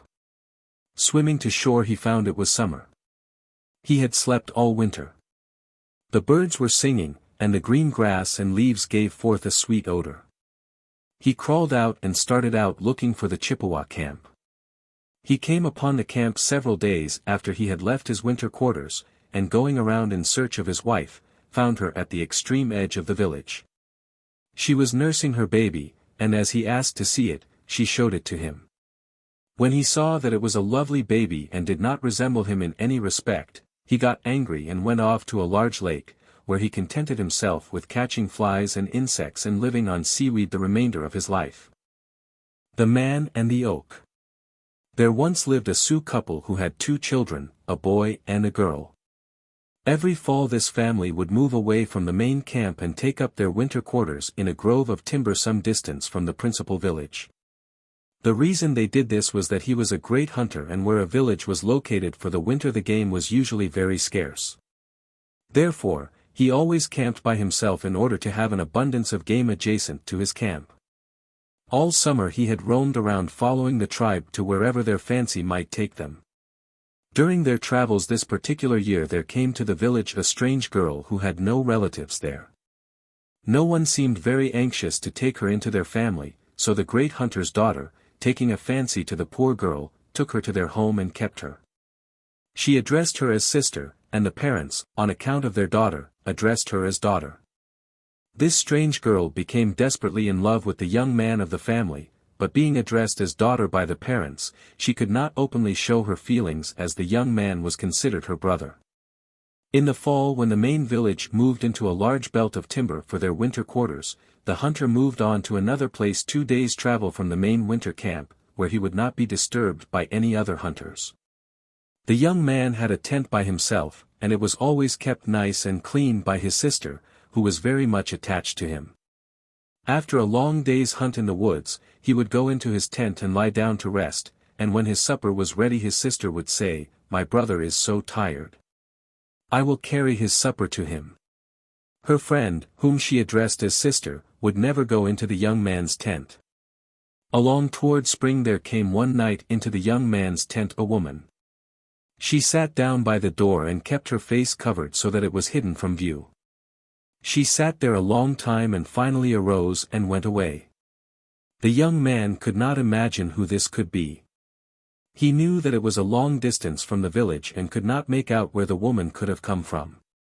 The next night the woman came again, and this time she came a little nearer to where the young man lay. She sat down and kept her face covered as before. Neither spoke a word. She sat there for a long time and then arose and departed. He was very much puzzled over the actions of this woman and decided to ascertain on her next visit who she was. He kindled a small fire in his tent and had some ash wood laid on it so as to keep fire a long time, as ash burns very slowly and holds fire a long time. The 3rd night the woman came again and sat down still nearer his bed. She held her blanket open just a trifle, and he, catching up one of the embers, flashed it in her face. Jumping up she ran hurriedly out of the tent. The next morning he noticed that his adopted sister kept her face hidden with her blanket. She chanced to drop her blanket while in the act of pouring out some soup, and when she did so he noticed a large burned spot on her cheek. He felt so sorry for what he had done that he could eat no breakfast, but went outside and lay down under an oak tree. All day long he lay there gazing up into the tree, and when he was called for supper he refused, saying that he was not hungry, and for them not to bother him, as he would soon get up and go to bed. Far into the night he lay thus, and when he tried to arise he could not, as a small oak tree grew through the center of his body and held him fast to the ground. In the morning when the family awoke they found the girl had disappeared, and on going outside the sister discovered her brother held fast to the earth by an oak tree which grew very rapidly. In vain were the best medicine men of the tribe sent for. Their medicine was of no avail. They said, "If the tree is cut down the young man will die."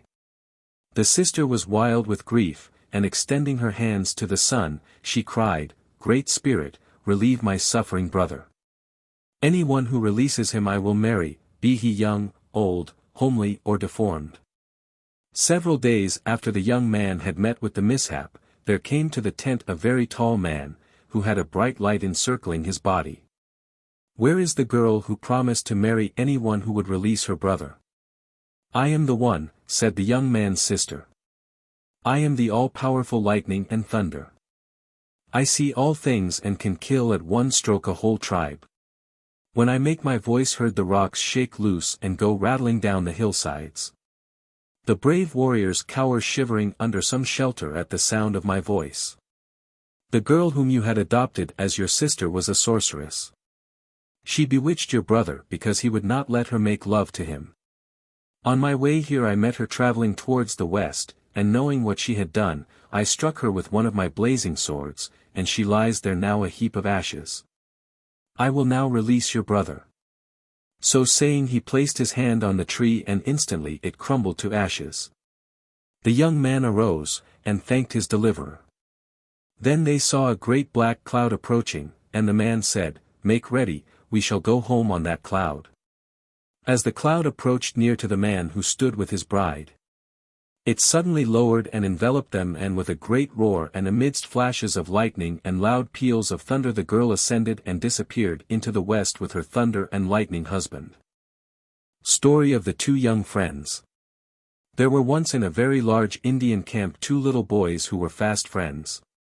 One of the boys, Chasky, meaning firstborn, was the son of a very rich family, and was always dressed in the finest of clothes of Indian costume.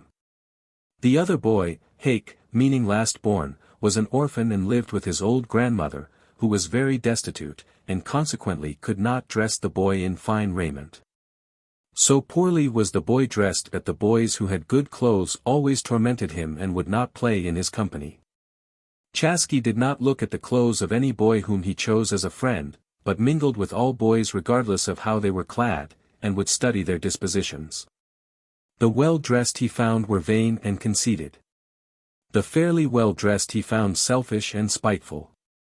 The poorly clad he found to be generous and truthful, and from all of them he chose Hake for his coda friend. As Chasky was the son of the leading war chief, he was very much sought after by the rest of the boys, each one trying to gain the honor of being chosen for the friend and companion of the great chief's son. But, as I have before said, Chasky carefully studied them all and finally chose the orphan Hake. It was a lucky day for Hake when he was chosen for the friend and companion of Chasky. The orphan boy was taken to the lodge of his friend's parents and dressed up in fine clothes and moccasins. When the Indian sons claim anyone as their friend, the friend thus chosen is adopted into the family as their own son. Chasky and Hake were inseparable. Where one was seen the other was not far distant. They played, hunted, trapped, ate and slept together. They would spend most of the long summer days hunting in the forests. Time went on and these two fast friends grew up to be fine specimens of their tribe. When they became the age to select a sweetheart they would go together and make love to a girl, each helping the other to win the affection of the one of his choice. Chasky loved a girl who was the daughter of an old medicine man.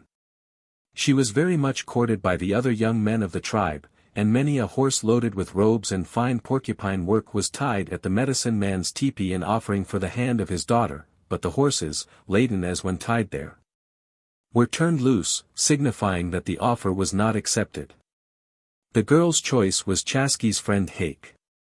Although he had never made love to her for himself, he had always used honeyed words to her and was always loud in his praises for his friend Chasky. One night the two friends had been to see the girl, and on their return Chasky was very quiet, having nothing to say and seemingly in deep study. Always of a bright, jolly and amiable disposition, his silence and moody spell grieved his friend very much, and he finally spoke to Chasky, saying, "Coda, what has come over you? You who were always so jolly and full of fun. Your silence makes me grieve for you and I do not know what you are feeling so downhearted about. Has the girl said anything to you to make you feel thus?" "Wait, friend," said Chasky, "until morning, and then I will know how to answer your inquiry. Don't ask me anything more tonight, as my heart is having a great battle with my brain." Hake bothered his friend no more that night, but he could not sleep. He kept wondering what, Pretty Feather, the girl whom his friend loved, could have said to Chasky to bring such a change over him. Hake never suspected that he himself was the cause of his friend's sorrow, for never did he have a thought that it was himself that Pretty Feather loved. The next morning after they had eaten breakfast, Chasky proposed that they should go out on the prairies, and see if they would have the good luck to kill an antelope. Hake went out and got the band of horses, of which there were over 100. They selected the fleetest two in the herd, and taking their bows and arrows, mounted and rode away towards the south. Hake was overjoyed to note the change in his friend. His old-time jollity had returned. They rode out about 5 miles, and scaring up a drove of antelope they started in hot pursuit, and as their horses were very fleet of foot soon caught up to the drove, and each singling out his choice quickly dispatched him with an arrow. They could easily have killed more of the antelope, but did not want to kill them just for sport, but for food, and knowing that they had now all that their horses could pack home, they dismounted and proceeded to dress their kill. After each had finished packing the kill on his horse, Chasky said, "Let us sit down and have a smoke before we start back. Besides, I have something to tell you which I can tell better sitting still than I can riding along." Hake came and sat down opposite his friend, and while they smoked Chasky said, "My friend, we have been together for the last 20 years and I have yet the first time to deceive you in any way, and I know I can truthfully say the same of you. Never have I known you to deceive me nor tell me an untruth. I have no brothers or sisters. The only brother's love I know is yours. The only sister's love I will know will be Pretty Feathers, for brother, last night she told me she loved none but you and would marry you and you only. So, brother, I am going to take my antelope to my sister-in-law's tent and deposit it at her door. Then she will know that her wish will be fulfilled. I thought at first that you had been playing traitor to me and had been making love to her for yourself, but when she explained it all to me and begged me to intercede for her to you, I then knew that I had judged you wrongfully, and that, together with my lost love, made me so quiet and sorrowful last night. So now, brother, take the flower of the nation for your wife, and I will be content to continue through life a lonely bachelor, as never again can I give any woman the place which Pretty Feather had in my heart." Their pipes being smoked out they mounted their ponies and Chasky started up in a clear, deep voice the beautiful love song of Pretty Feather and his friend Hake. Such is the love between two friends, who claim to be as brothers among the Indians. Chasky gave up his love of a beautiful woman for a man who was in fact no relation to him. Hake said, "I will do as you say, my friend, but before I can marry the medicine man's daughter, I will have to go on the warpath and do some brave deed, and will start in 10 days. They rode towards home, planning which direction they would travel, and as it was to be their first experience on the warpath, they would seek advice from the old warriors of the tribe. On their arrival at the village Hake took his kill to their own tent, while Chasky took his to the tent of the medicine man, and deposited it at the door and rode off towards home. The mother of Pretty Feather did not know whether to take the offering or not, but Pretty Feather, seeing by this offering that her most cherished wish was to be granted, told her mother to take the meat and cook it and invite the old women of the camp to a feast in honor of the son-in-law who was soon to keep them furnished with plenty of meat. Hake and his friend sought out all of the old warriors and gained all the information they desired. Every evening Hake visited his intended wife and many happy evenings they spent together. The morning of the 10th day the two friends left the village and turned their faces toward the west where the camps of the enemy are more numerous than in any other direction. They were not mounted and therefore traveled slowly, so it took about 10 days of walking before they saw any signs of the enemy. The old warriors had told them of a thickly wooded creek within the enemy's bounds. The old men said, "That creek looks the ideal place to camp, but don't camp there by any means, because there is a ghost who haunts that creek, and anyone who camps there is disturbed all through the night, and besides they never return. Because the ghost is wackin', holy, and the enemies conquer the travelers every time." The friends had extra moccasins with them and one extra blanket, as it was late in the fall and the nights were very cold. They broke camp early one morning and walked all day. Along towards evening, the clouds which had been threatening all day, hurriedly opened their doors and down came the snowflakes thick and fast. Just before it started snowing the friends had noticed a dark line about 2 miles in advance of them. Chasky spoke to his friend and said, "If this storm continues we will be obliged to stay overnight at Ghost Creek, as I noticed it not far ahead of us, just before the storm set in." "I noticed it also," said Hake. "We might as well entertain a ghost all night as to lie out on these open prairies and freeze to death." So they decided to run the risk and stay in the sheltering woods of Ghost Creek. When they got to the creek it seemed as if they had stepped inside a big teepee, so thick was the brush and timber that the wind could not be felt at all. They hunted and found a place where the brush was very thick and the grass very tall. They quickly pulled the tops of the nearest willows together and by intertwining the ends made them fast, and throwing their tent robe over this, soon had a cozy teepee in which to sleep. They started their fire and cooked some dried buffalo meat and buffalo tallow, and were just about to eat their supper when a figure of a man came slowly in through the door and sat down near where he had entered. Hake, being the one who was doing the cooking, poured out some tea into his own cup, and putting a piece of pounded meat and marrow into a small plate, placed it before the stranger, saying, "Eat, my friend. We are on the warpath and do not carry much of a variety of food with us, but I give you the best we have." The stranger drew the plate towards him, and commenced eating ravenously. He soon finished his meal and handed the dish and cup back. He had not uttered a word so far. Chaski filled the pipe and handed it to him.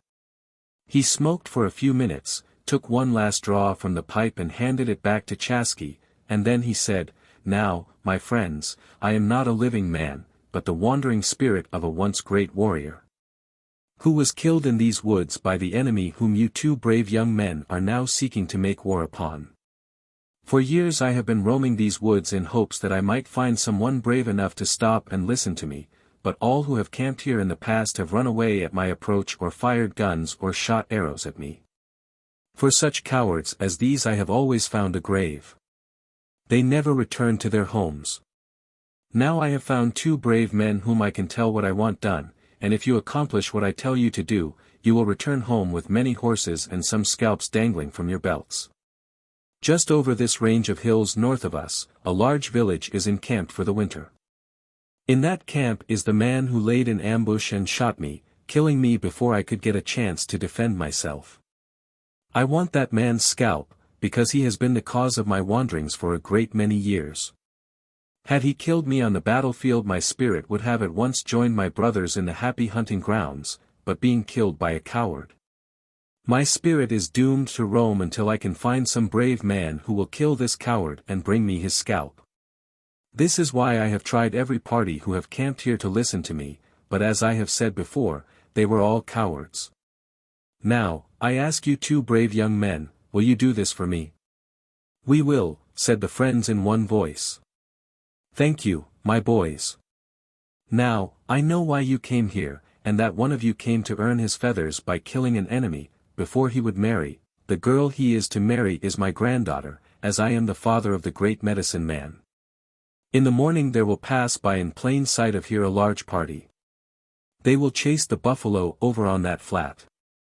After they have passed, an old man leading a black horse and riding a white one will come by on the trail left by the hunting party.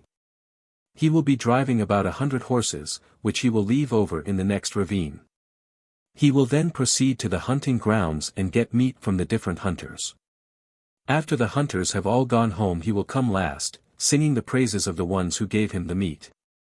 This man you must kill and scalp, as he is the one I want killed. Then take the white and black horse and each mount and go to the hunting grounds. There you will see two of the enemy riding about picking up empty shells. Kill and scalp these two and each take a scalp and come over to the high knoll and I will show you where the horses are, and as soon as you hand me the old man's scalp I will disappear and you will see me no more. As soon as I disappear, it will start in snowing. Don't be afraid as the snow will cover your trail, but nevertheless, don't stop traveling for 3 days and nights, as these people will suspect that some of your tribe have done this. And they will follow you until you cross your own boundary lines." When morning came, the two friends sat in the thick brush and watched a large party pass by their hiding place. So near were they that the friends could hear them laughing and talking. After the hunting party had passed, as the spirit had told them, along came the old man, driving a large band of horses and leading a fine-looking coal-black horse. The horse the old man was riding was as white as snow. The friends crawled to a little brush-covered hill and watched the chase after the shooting had ceased. The friends knew it would not be long before the return of the party, so they crawled back to their camp and hurriedly ate some pounded meat and drank some cherry tea. Then they took down their robe and rolled it up and got everything in readiness for a hurried flight with the horses. Scarcely had they got everything in readiness when the party came by, singing their song of the chase. When they had all gone, the friends crawled down to the trail and lay waiting for the old man. Soon they heard him singing. Nearer and nearer came the sounds of the song until at last, at a bend in the road, the old man came into view.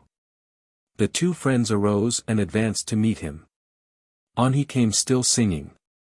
No doubt he mistook them for some of his own people. When he was very close to them, they each stepped to either side of him, and before he could make an outcry they pierced his cowardly old heart with 2 arrows. He had hardly touched the ground when they both struck him with their bows, winning first and second honors by striking an enemy after he has fallen. Chasky, having won first honors, asked his friend to perform the scalping deed, which he did. And wanting to be sure that the spirit would get full revenge, took the whole scalp, ears and all, and tied it to his belt. The buffalo beef which the old man had packed upon the black horse, they threw on the top of the old man. Quickly mounting the 2 horses, they hastened out across the long flat towards the hunting grounds. When they came in sight of the grounds, there they saw 2 men riding about from place to place. Chasky took after the one on the right, Hake the one on the left. When the 2 men saw these 2 strange men riding like the wind towards them, they turned their horses to retreat towards the hills, but the white and the black were the swiftest of the tribe's horses, and quickly overtook the 2 fleeing men. When they came close to the enemy, they strung their arrows onto the bowstring and drove them through the 2 fleeing hunters. As they were falling they tried to shoot, but being greatly exhausted, their bullets whistled harmlessly over the heads of the 2 friends. They scalped the 2 enemies and took their guns and ammunition, also secured the 2 horses and started for the high knoll. When they arrived at the place, there stood the spirit. Hake presented him with the old man's scalp, and then the spirit showed them the large band of horses, and saying, "Ride hard and long," disappeared and was seen no more by any war parties. As he was thus enabled to join his forefathers in the happy hunting grounds. The friends did as the spirit had told them. For 3 days and 3 nights they rode steadily. On the 4th morning they came into their own boundary. From there on they rode more slowly, and let the band of horses rest and crop the tops of long grass. They would stop occasionally, and while one slept the other kept watch. Thus they got fairly well rested before they came in sight of where their camp had stood when they had left. All that they could see of the once large village was the lone tent of the great medicine man. They rode up on to a high hill, and farther on towards the east they saw smoke from a great many teepees. They then knew that something had happened and that the village had moved away. "My friend," said Chasky, "I am afraid something has happened to the medicine man's lodge, and rather than have you go there, I will go alone and you follow the trail of our party and go on ahead with the horses. I will take the black and the white horses with me, and I will follow on later, after I have seen what the trouble is." "Very well, my friend, I will do as you say, but I am afraid something has happened to Pretty Feather." Hake started on with the horses, driving them along the broad trail left by the hundreds of travois. Chasky made slowly towards the tepee, and stopping outside, stood and listened. Not a sound could he hear. The only living thing he saw was Pretty Feather's spotted horse tied to the side of the tent. Then he knew that she must be dead. He rode off into the thick brush and tied his 2 horses securely. Then he came back and entered the tepee. There on a bed of robes lay someone apparently dead. The body was wrapped in blankets and robes and bound around and around with parfleche ropes. These he carefully untied and unwound. Then he unwrapped the robes and blankets, and when he uncovered the face, he saw, as he had expected to, the face of his lost love, Pretty Feather. As he sat gazing on her beautiful young face, his heart ached for his poor friend. He himself had loved and lost this beautiful maiden, and now his friend who had won her would have to suffer the untold grief which he had suffered. What was that? Could it have been a slight quivering of the nostrils that he had seen, or was it mad fancy playing a trick on him? Closer he drew to her face, watching intently for another sign. There it was again, only this time it was a long, deep-drawn breath. He arose, got some water, and taking a small stick slowly forced open her mouth and poured some into it. Then he took some sage, dipped it into the water and sprinkled a little on her head and face. There were many parfleche bags piled around the teepee, and thinking he might find some kind of medicine roots which he could use to revive her, he started opening them one after the other. He had opened 3 and was just opening the 4th, when a voice behind him asked, "What are you looking for?" Turning quickly, he saw Pretty Feather looking at him. Overjoyed, he cried, "What can I do so that you can get up and ride to the village with me? My friend and I just returned with a large band of horses and 2 scalps. We saw this tent and recognized it. My friend wanted to come, but I would not let him, as I feared if he found anything had happened to you he would do harm to himself, but now he will be anxious for my return, so if you will tell me what you need in order to revive you, I will get it, and we can then go to my friend in the village. At the foot of my bed you will find a piece of eagle fat. Build a fire and melt it for me. I will drink it and then we can go." Chasky quickly started a fire, got out the piece of fat and melted it. She drank it at one draught, and was about to arise when she suddenly said, "Roll me up quick and take the buffalo hair rope and tie it about my spotted horse's neck, tie his tail in a knot and tie him to the door. Then run and hide behind the trees. There are 2 of the enemy coming this way." Chasky hurriedly obeyed her orders, and had barely concealed himself behind the trees, when there came into view 2 of the enemy. They saw the horse tied to the door of the deserted tent, and knew that some dead person occupied the teepee, so through respect for the dead, they turned out and started to go through the brush and trees, so as not to pass the door. The Indians consider it a bad omen to pass by the door of a teepee occupied by a dead body, that is, while in the enemy's country. So by making this detour they traveled directly towards where Chasky was concealed behind the tree. Knowing that he would be discovered, and there being 2 of them, he knew the only chance he had was for him to kill one of them before they discovered him, then he stood a better chance at an even combat. On they came, little thinking that one of them would in a few minutes be with his forefathers. Chasky noiselessly slipped a cartridge into the chamber of his gun, threw it into action and took deliberate aim at the smaller one's breast. A loud report rang out and the one he had aimed at threw up his arms and fell heavily forward, shot through the heart. Reloading quickly, Chasky stepped out from behind the tree. He could easily have killed the other from his concealed position, but, being a brave young man, he wanted to give his opponent a fair chance. The other had unslung his gun and a duel was then fought between the 2 lone combatants. They would spring from side to side like 2 great cats. Then advance 1 or 2 steps and fire. Retreat a few steps, spring to one side and fire again. The bullets whistled past their heads, tore up the earth beneath their feet, and occasionally one would hit its mark, only to cause a flesh wound. Suddenly the enemy aimed his gun and threw it upon the ground. His ammunition was exhausted, and slowly folding his arms he stood facing his opponent, with a fearless smile upon his face, expecting the next moment to fall dead from a bullet from the rifle of Chasky. Not so. Chasky was too honorable and noble to kill an unarmed man, and especially one who had put up such a brave fight as had this man. Chasky advanced and picked up the empty gun. The Toka, enemy, drew from a scabbard at his belt a long bowie knife, and taking it by the point handed it, handle first, to Chasky. This signified surrender. Chasky scalped the dead Toka and motioned for his prisoner to follow him. In the meantime Pretty Feather had gotten up and stood looking at the duel. When she heard the first shot she jumped up and cut a small slit in the tent from which she saw the whole proceedings.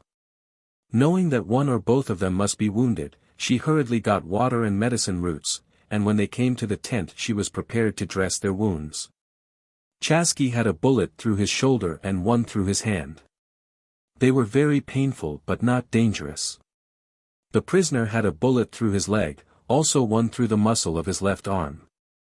Pretty Feather washed and dressed their wounds, and Chasky went and brought the black and white horses and mounting Pretty Feather upon the white horse, and the prisoner on her spotted one, the 3 soon rode into the village. And there was a great cry of joy when it was known that Pretty Feather had come back to them again. Hake, who was in his tent grieving, was told that his friend had returned and with him Pretty Feather. Hearing this good news, he at once went to the medicine man's tent and found the medicine man busily dressing the wounds of his friend and a stranger. The old medicine man turned to Hake and said, "Son-in-law, take your wife home with you. It was from grief at your absence that she went into a trance, and we, thinking she was dead, left her for such. Hadn't it been for your friend here, she would surely have been a corpse now. So take her and keep her with you always, and take as a present from me 50 of my best horses." Hake and his beautiful bride went home, where his adopted mother had a fine large tent put up for them. Presents of cooking utensils, horses, robes and finely worked shawls and moccasins came from every direction, and last of all Chaski gave as a present to his friend the Toka man whom he had taken as prisoner. On presenting him with this gift, Chaski spoke thus. "My friend, I present to you, that you may have him as a servant to look after your large band of horses, this man with whom I fought a 2 hours' duel. And had his ammunition lasted he would probably have conquered me, and who gave me the second hardest fight of my life. The hardest fight of my life was when I gave up Pretty Feather. You have them both. To the Toka, enemy, be kind, and he will do all your biddings. To Pretty Feather be a good husband." So saying, Chaski left them, and true to his word, lived the remainder of his days a confirmed bachelor. The story of the pet crow. Once upon a time there came to a large village a plague of crows. So thick were they that the poor women were sorely tried keeping them out of their teepees and driving them away from their lines of jerked buffalo meat. Indeed they got so numerous and were such a great nuisance that the chief finally gave orders to his camp criers or heralds to go out among the different camps and announce the orders of their chief. That war should be made upon the crows to extermination. That their nests were to be destroyed and all eggs broken. The war of extermination was to continue until not a crow remained, except the youngest found was to be brought to him alive. For a week the war on the crows continued. Thousands of dead crows were brought in daily, and at the end of the week not a bird of that species could be seen in the neighborhood. Those that escaped the deadly arrow of the warriors, flew away, never to return to those parts again. At the end of the war made upon the crows, there was brought to the chief's teepee the youngest found. Indeed, so young was the bird that it was only the great medicine of the chief that kept him alive until he could hop about and find his own food. The chief spent most of his time in his lodge teaching the young crow to understand and talk the language of the tribe. After the crow had mastered this, the chief then taught him the languages of the neighboring tribes. When the crow had mastered these different languages the chief would send him on long journeys to ascertain the location of the camps of the different enemies. When the crow would find a large Indian camp he would alight and hop about, pretending to be picking up scraps, but really keeping his ears open for anything he might hear. He would hang around all day, and at night when they would all gather in the large council tent, which always stood in the center of the village, to determine upon their next raid, and plan for a horse-stealing trip, Mr. Crow was always nearby to hear all their plans discussed. He would then fly away to his master, the chief, and tell him all that he had learned. The chief would then send a band of his warriors to lie in ambush for the raiding party, and, as the enemy would not suspect anything they would go blindly into the pitfall of death thus set for them. Thus the crow was the scout of this chief, whose reputation as a Wakan, holy man, soon reached all of the different tribes. The chief's warriors would intercept, ambush and annihilate every war party headed for his camp. So, finally learning that they could not make war on this chief's people unbeknown to them, they gave up making war on this particular band. When meat was running low in the camp this chief would send the crow out to look for buffalo. When he discovered a herd he would return and report to his master, then the chief would order out the hunters and they would return laden with meat. Thus the crow kept the camp all the time informed of everything that would be of benefit to them. One day the crow disappeared, over which there was great grief among the tribe. A week had passed away, when Mr. Crow reappeared. There was great rejoicing upon his return, but the crow was downcast and would not speak, but sat with a drooping head perched at the top of the chief's teepee, and refused all food that was offered to him. In vain did the chief try to get the crow to tell him the cause of his silence and seeming grief. The crow would not speak until the chief said, "Well, I will take a few of my warriors and go out and try to ascertain what has happened to cause you to act as you do." Upon hearing this, the crow said, "Don't go.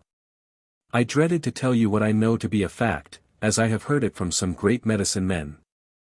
I was traveling over the mountains west of here, when I spied 3 old men sitting at the top of the highest peak. I very cautiously dropped down behind a rock and listened to their talk. I heard your name mentioned by one of them, then your brother's name was mentioned. Then the third, who was the oldest, said, 'In 3 days from today the lightning will kill those 2 brothers whom all the nations fear.'" Upon hearing what the crow stated, the tribe became grief-stricken. On the morning of the 3rd day the chief ordered a nice teepee placed upon the highest point, far enough away from the village, so that the peals of thunder would not alarm the babies of the camp. A great feast was given, and after the feasting was over there came in 6 young maidens leading the war horses of the 2 brothers. The horses were painted and decorated as if for a charge on the enemy. One maiden walked ahead of the chief's horse bearing in her hands the bow and arrows of the great warrior. Next came 2 maidens, one on either side of the prancing war steed, each holding a rein. Behind the chief's horse came the 4th maiden. Like the first, she bore in her hands the bow and arrows of the chief's brother. Then the 5th and 6th maidens, each holding a rein, walked on either side of the prancing horse of the chief's brother. They advanced and circled the large gathering and finally stopped directly in front of the 2 brothers, who immediately arose and taking their bows and arrows vaulted lightly upon their war steeds, and singing their death song, galloped off amid a great cry of grief from the people who loved them most dearly. Heading straight for the teepee that had been placed upon the highest point, adjacent to the village, they soon arrived at their destination and, dismounting from their horses, turned, waved their hands to their band, and disappeared within the teepee. Scarcely had they entered the lodge when the rumblings of distant thunder could be heard. Nearer, and nearer, came the sound, until at last the storm overspread the locality in all its fury. Flash upon flash of lightning burst forth from the heavens. Deafening peals of thunder followed each flash. Finally, one flash brighter than any of the others, one peal more deafening than those preceding it, and the storm had passed. Sadly the warriors gathered together, mounted their horses and slowly rode to the teepee on the high point. Arriving there they looked inside the lodge and saw the 2 brothers lying cold and still in death, each holding the lariat of his favorite war horse. The horses also lay dead side by side in front of the tent. From this came the custom of killing the favorite horse of a dead warrior at the burial of the owner. As the Indians sadly left the hill to return home, they heard a noise at the top of the teepee, and looking up they saw the crow sitting on one of the splintered teepee poles. He was crying most pitifully, and as they rode off he flew up high in the air and his pitiful caw became fainter and fainter till that they heard it no more. And from that day, the story goes, no crow ever goes near the village of that band of Indians. The Wasna, Pemmican, man and the Unktomi, spider. Once upon a time there appeared from out of a large belt of timber a man attired in the fat of the buffalo. On his head he wore the honeycomb part of the stomach. To this was attached small pieces of fat. The fat which covered the stomach he wore as a cloak. The large intestines he wore as leggings, and the kidney fat as his moccasins. As he appeared he had the misfortune to meet Unktomi, spider, with his hundreds of starving children. Upon seeing the fat, Unktomi and his large family at once attacked the man, who, in order to save his life, started to run away. But so closely did Unktomi and his family pursue him that in order to make better time and also get a little better start, he threw off his head covering, which the Unktomi family hastily devoured, and were again closing in upon him. He then threw off his cloak and they devoured that, and were close upon him again, when he threw off his leggings. These were hastily eaten up, and, as they drew near to a lake, the man threw off the kidney fat, and, running to the edge of the lake, dived down into the water and kept beneath the surface, swimming to the opposite shore. After the Unktomi family had eaten the kidney fat they came to the water's edge, and the grease was floating on the surface of the water which they lapped up, until there was not a grease spot left floating on the surface. The small morsels had only sharpened their appetites, and as they saw the man sitting on the opposite shore, Unktomi and his family proceeded around the lake and came upon two men sitting on the shore. Unktomi saw that the other man was wakapapi, pounded beef. The family surrounded the two and Unktomi ordered them to fight. Fearing Unktomi and his large family, they at once commenced to fight and pounded meat was soon killed. The hungry family at once fell to eating him. So busy were they that none noticed the fat man sneak off and disappear. When they had finished the pounded beef man they looked around to fall upon the fat man, but nowhere could he be seen. Unktomi said, I will track him and when I find him, I will return for you, so stay here and await my return. He followed the fat man's tracks until farther east on the shore of the lake he found the fat man in the act of skinning a deer, which he had killed. He had held on to his bow and arrows when he jumped into the lake. Said Unktomi, this will make a fine meal for my hungry children. I will go after them, so hurrying cut the meat up into small pieces so they each can have a piece. All right, go ahead and get your family, said Fat Man. During Unktomi's absence, the fat man hurriedly cut the meat up into small pieces and carried them up into a tree that stood near to the shore.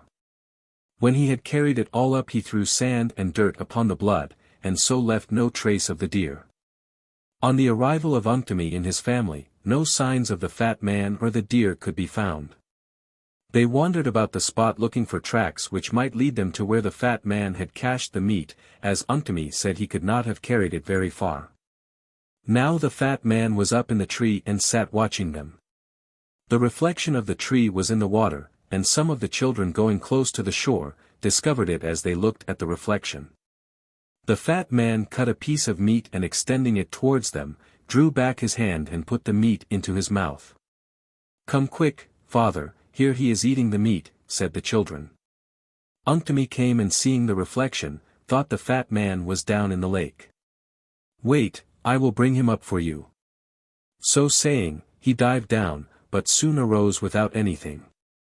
Again and again he tried, but could not reach the bottom. He told the children to gather rock for him. These he tied around his neck and body, and dived down for the last time. The last the children saw of their father was the bubbles which arose to the surface of the lake. The rocks being too heavy for him, held him fast to the bottom, and some hungry fish soon made a feast out of the body of poor Unktomi. The resuscitation of the only daughter. There once lived an old couple who had an only daughter. She was a beautiful girl, and was very much courted by the young men of the tribe, but she said that she preferred single life, and to all their heart-touching tales of deep affection for her she always had one answer. That was, no. One day this maiden fell ill and day after day grew worse. All the best medicine men were called in, but their medicines were of no avail, and in 2 weeks from the day that she was taken ill she lay a corpse. Of course there was great mourning in the camp. They took her body several miles from camp and rolled it in fine robes and blankets, then they laid her on a scaffold which they had erected. This was the custom of burial among the Indians. They placed 4 forked posts into the ground and then lashed strong poles lengthwise and across the ends and made a bed of willows and stout ash brush. This scaffold was from 5 to 7 feet from the ground. After the funeral the parents gave away all of their horses, fine robes and blankets and all of the belongings of the dead girl. Then they cut their hair off close to their heads, and attired themselves in the poorest apparel they could secure. When a year had passed the friends and relatives of the old couple tried in vain to have them set aside their mourning. You have mourned long enough, they would say. Put aside your mourning and try and enjoy a few more pleasures of this life while you live. You are both growing old and can't live very many more years, so make the best of your time. The old couple would listen to their advice and then shake their heads and answer, we have nothing to live for. Nothing we could join in would be any amusement to us, since we have lost the light of our lives. So the old couple continued their mourning for their lost idol. 2 years had passed since the death of the beautiful girl, when one evening a hunter and his wife passed by the scaffold which held the dead girl. They were on their return trip and were heavily loaded down with game, and therefore could not travel very fast. About half a mile from the scaffold a clear spring burst forth from the side of a bank, and from this trickled a small stream of water, moistening the roots of the vegetation bordering its banks, and causing a growth of sweet green grass. At this spring the hunter camped and tethering his horses, at once set about helping his wife to erect the small teepee which they carried for convenience in traveling. When it became quite dark, the hunter's dogs set up a great barking and growling. "Look out and see what the dogs are barking at," said the hunter to his wife. She looked out through the door and then drew back saying, "There is the figure of a woman advancing from the direction of the girl's scaffold. I expect it is the dead girl, let her come, and don't act as if you were afraid," said the hunter. Soon they heard footsteps advancing and the steps ceased at the door. Looking down at the lower part of the door the hunter noticed a pair of small moccasins, and knowing that it was the visitor, said, "Whoever you are, come in and have something to eat." At this invitation the figure came slowly in and sat down by the door with head covered and with a fine robe drawn tightly over the face. The woman dished up a fine supper and placing it before the visitor, said, "Eat, my friend, you must be hungry." The figure never moved, nor would it uncover to eat. "Let us turn our back towards the door and our visitor may eat the food," said the hunter. So his wife turned her back towards the visitor and made herself very busy cleaning the small pieces of meat that were hanging to the back sinews of the deer which had been killed. This the Indians use as thread. The hunter, filling his pipe, turned away and smoked in silence. Finally the dish was pushed back to the woman, who took it and after washing it, put it away. The figure still sat at the door, not a sound coming from it, neither was it breathing. The hunter at last said, "Are you the girl that was placed upon that scaffold 2 years ago?" It bowed its head 2 or 3 times in assent. "Are you going to sleep here tonight? If you are, my wife will make down a bed for you." The figure shook its head. "Are you going to come again tomorrow night to us?" It nodded assent. For 3 nights in succession the figure visited the hunter's camp. The 3rd night the hunter noticed that the figure was breathing. He saw one of the hands protruding from the robe. The skin was perfectly black and was stuck fast to the bones of the hand.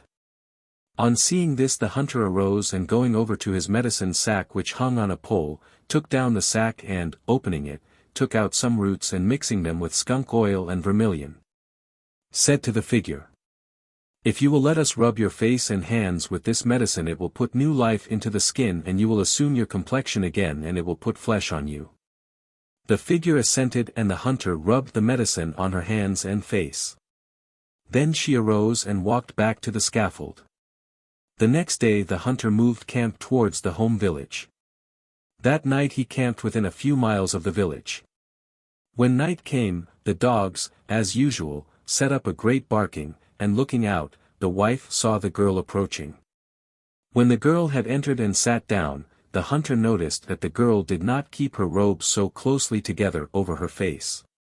When the wife gave her something to eat, the girl reached out and took the dish, thus exposing her hands, which they at once noticed were again natural. After she had finished her meal, the hunter said, "Did my medicine help you?" She nodded assent. "Do you want my medicine rubbed all over your body?" Again she nodded. "I will mix enough to rub your entire body, and I will go outside and let my wife rub it on for you." He mixed a good supply and going out left his wife to rub the girl. When his wife had completed the task she called to her husband to come in, and when he came in he sat down and said to the girl, "Tomorrow we will reach the village. Do you want to go with us?" She shook her head. "Will you come again to our camp tomorrow night after we have camped in the village?" She nodded her head in assent. "Then do you want to see your parents?" She nodded again, and arose and disappeared into the darkness. Early the next morning the hunter broke camp and traveled far into the afternoon, when he arrived at the village. He instructed his wife to go at once and inform the old couple of what had happened. The wife did so and at sunset the old couple came to the hunter's teepee. They were invited to enter and a fine supper was served them. Soon after they had finished their supper the dogs of the camp set up a great barking. "Now she is coming, so be brave and you will soon see your lost daughter," said the hunter. Hardly had he finished speaking when she entered the tent as natural as ever she was in life.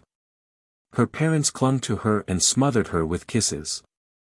They wanted her to return home with them, but she would stay with the hunter who had brought her back to life, and she married him, becoming his second wife. A short time after taking the girl for his wife, the hunter joined a war party and never returned, as he was killed on the battlefield. A year after her husband's death she married again. This husband was also killed by a band of enemies whom the warriors were pursuing for stealing some of their horses.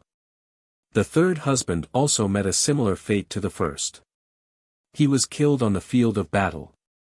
She was still a handsome woman at the time of the third husband's death, but never again married, as the men feared her, saying she was holy, and that anyone who married her would be sure to be killed by the enemy.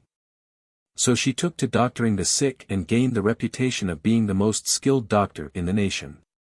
She lived to a ripe old age, and when she felt death approaching she had them take her to where she had rested once before, and crawling to the top of the newly erected scaffold, wrapped her blankets and robes about her, covered her face carefully, and fell into that sleep from which there is no more awakening.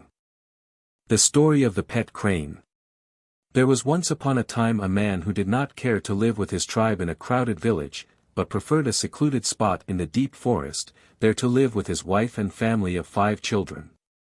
The oldest of the children, a boy, was 12 years of age, and being the son of a distinguished hunter, soon took to roaming through the forest in search of small game. One day during his ramblings he discovered a crane's nest, with only one young crane occupying it. No doubt some fox or traveling weasel had eaten the rest of the crane's brothers and sisters. The boy said to himself, "I will take this poor little crane home and will raise him as a pet for our baby. If I leave him here some hungry fox will be sure to eat the poor little fellow." He carried the young crane home and it grew to be nearly as tall as the boy's 5-year-old sister. Being brought up in a human circle, it soon grew to understand all the family said. Although it could not speak, it took part in all the games played by the children. The father of the family was, as I have before mentioned, a great hunter. He always had a plentiful supply of deer, antelope, buffalo, and beaver meats on hand, but there came a change. The game migrated to some other locality, where no deadly shot like Kutsin, never miss, would be around to annihilate their fast decreasing droves. The hunter started out early one morning in hopes of discovering some of the game which had disappeared as suddenly as though the earth had swallowed them. The hunter traveled the whole day, all to no purpose. It was late in the evening when he staggered into camp. He was nearly dead with fatigue. Hastily swallowing a cup of cherry bark tea, the only article of food they had in store, he at once retired and was soon in the sweet land of dreams. The children soon joined their father, and the poor woman sat thinking how they could save their dear children from starvation. Suddenly out upon the night air rang the cry of a crane. Instantly the pet crane awoke, stepped outside and answered the call. The crane which had given the cry was the father of the pet crane, and learning from Mr. Fox of the starving condition of his son and his friends, he flew to the hunting grounds of the tribe, and as there had been a good kill that day, the crane found no trouble in securing a great quantity of fat. This he carried to the tent of the hunter and, hovering over the tent, he suddenly let the fat drop to the earth, and at once the pet crane picked it up and carried it to the woman. Wishing to surprise the family on their awakening in the morning, she got a good stick for a light, heaped up sticks on the dying embers, and started up a rousing fire and proceeded to melt or try out the fat. As melted fat is considered a favorite dish. Although busily occupied, she kept her ears open for any strange noises coming out of the forest, there being usually some enemies lurking around. She held her pan in such a position that after the fat started to melt and quite a lot of the hot grease accumulated in the pan, she could plainly see the tent door reflected in the hot grease, as though she used a mirror. When she had nearly completed her task, she heard a noise as though some footsteps were approaching. Instantly her heart began to beat a tattoo on her ribs, but she sat perfectly quiet, calling all her self-control into play to keep from making an outcry. This smart woman had already studied out a way in which to best this enemy, in case an enemy it should be. The footsteps, or noise, continued to advance, until at last the woman saw reflected in the pan of grease a hand slowly protruding through the tent door, and the finger pointed, as if counting, to the sleeping father. Then to each one of the sleeping children, then to her who sat at the fire. Little did Mr. Enemy suppose that the brave woman who sat so composed at her fire, was watching every motion he was making. The hand slowly withdrew, and as the footsteps slowly died away, there rang out on the still night air the deep fierce howl of the prairie wolf. This imitation of a prairie wolf is the signal to the war party that an enemy has been discovered by the scout whom they have sent out in advance. At once she aroused her husband and children. Annoyed at being so unceremoniously disturbed from his deep sleep, the husband crossly asked why she had awakened him so roughly. The wife explained what she had seen and heard. She at once pinned an old blanket round the crane's shoulders and an old piece of buffalo hide on his head for a hat or head covering.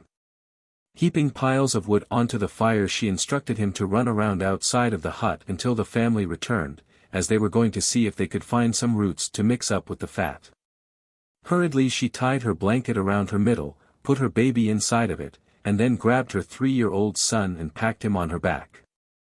The father also hurriedly packed the next two, and the older boy took care of himself. Immediately upon leaving the tent they took 3 different directions, to meet again on the high hill west of their home. The reflection from the fire in the tent disclosed to them the poor pet crane running around the tent. It looked exactly like a child with its blanket and hat on. Suddenly there rang out a score of shots and war whoops of the dreaded Crow Indians. Finding the tent deserted, they disgustedly filed off and were swallowed up in the darkness of the deep forest. The next morning the family returned to see what had become of their pet crane. There, riddled to pieces, lay the poor bird who had given up his life to save his dear friends. White Plume. There once lived a young couple who were very happy.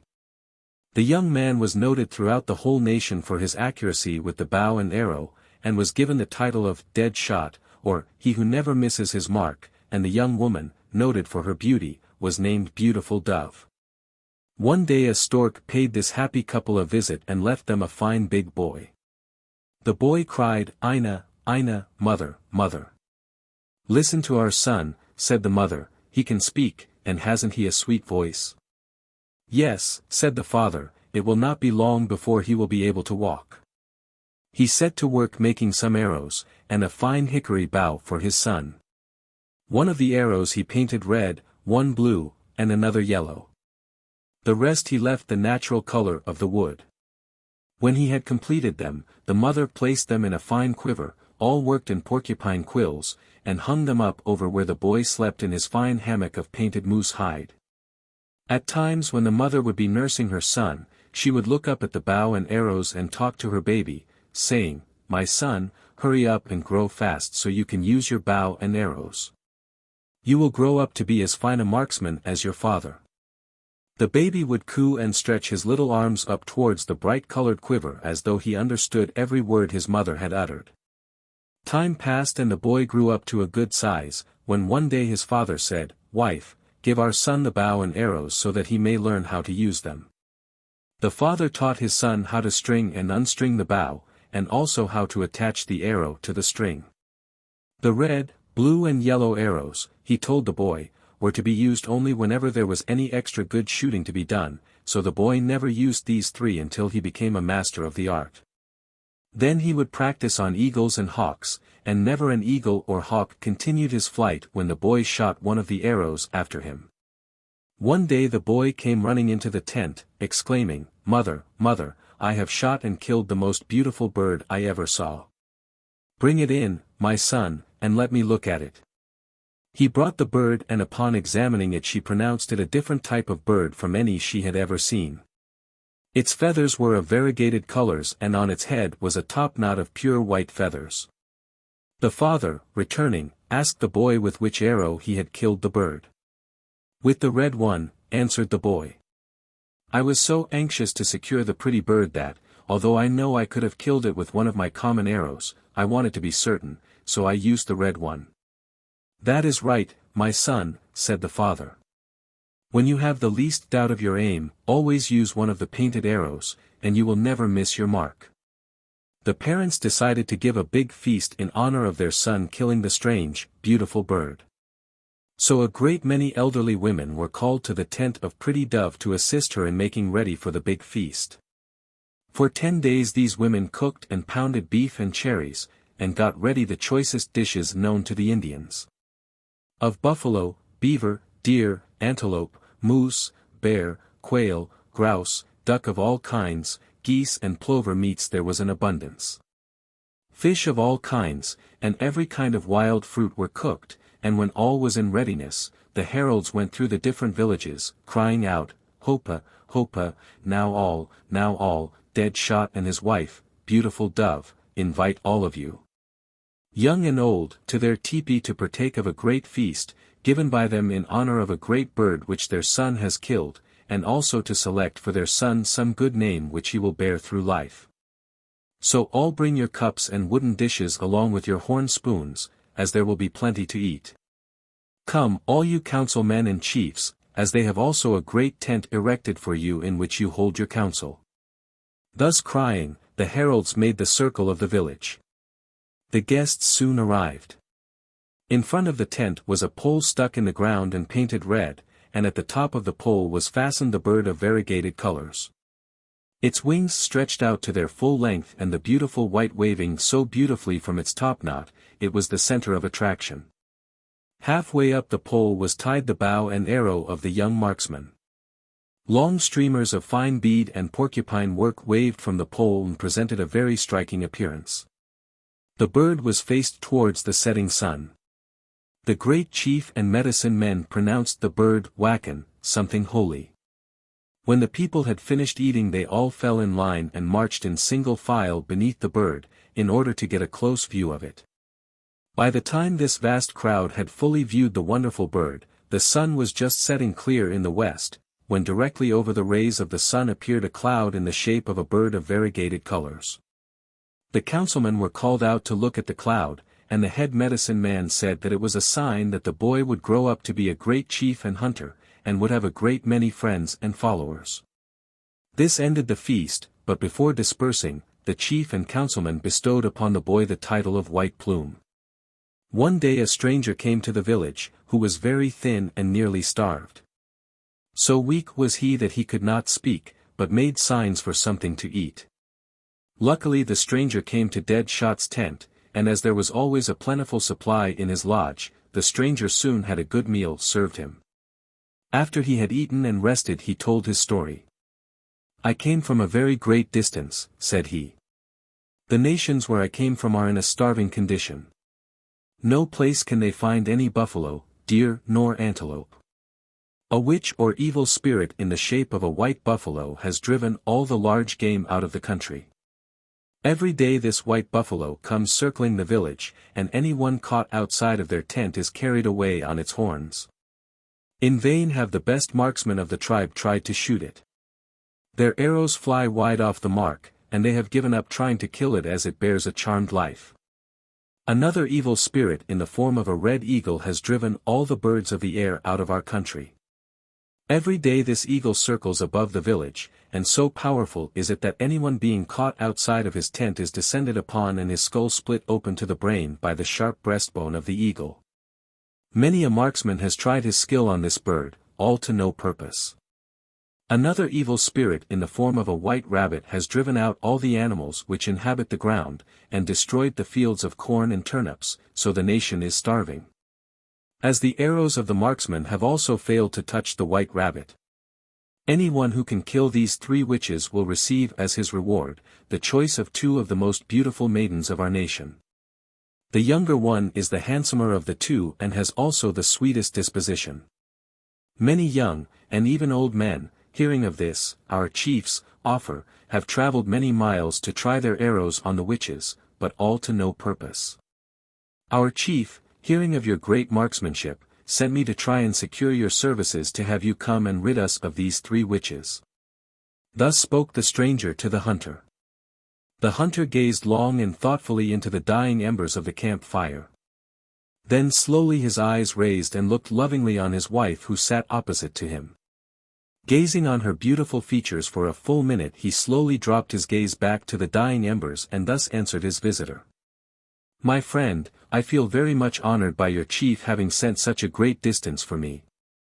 And also for the kind offer of his lovely daughter in marriage, if I should succeed, but I must reject the great offer, as I can spare none of my affections to any other woman than to my queen whom you see sitting there." White Plume had been listening to the conversation, and when his father had finished speaking, said, "Father, I am a child no more. I have arrived at manhood. I am not so good a marksman as you, but I will go to this suffering tribe and try to rid them of their 3 enemies. If this man will rest for a few days and return to his village and inform them of my coming, I will travel along slowly on his trail and arrive at the village a day or 2 after he reaches there." "Very well, my son," said the father, "I am sure you will succeed, as you fear nothing, and as to your marksmanship, it is far superior to mine, as your sight is much clearer and aim quicker than mine." The man rested a few days and one morning started off, after having instructed White Plume as to the trail. White Plume got together what he would need on the trip and was ready for an early start the next morning. That night Deadshot and his wife sat up away into the night instructing their son how to travel and warning him as to the different kinds of people he must avoid in order to keep out of trouble.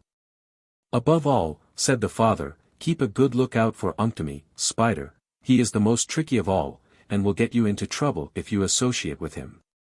White Plume left early, his father accompanying him for several miles.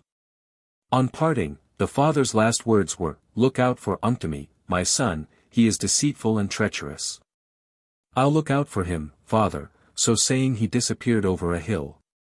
On the way he tried his skill on several hawks and eagles, and he did not need to use his painted arrows to kill them, but so skillful was he with the bow and arrows that he could bring down anything that flew with his common arrows.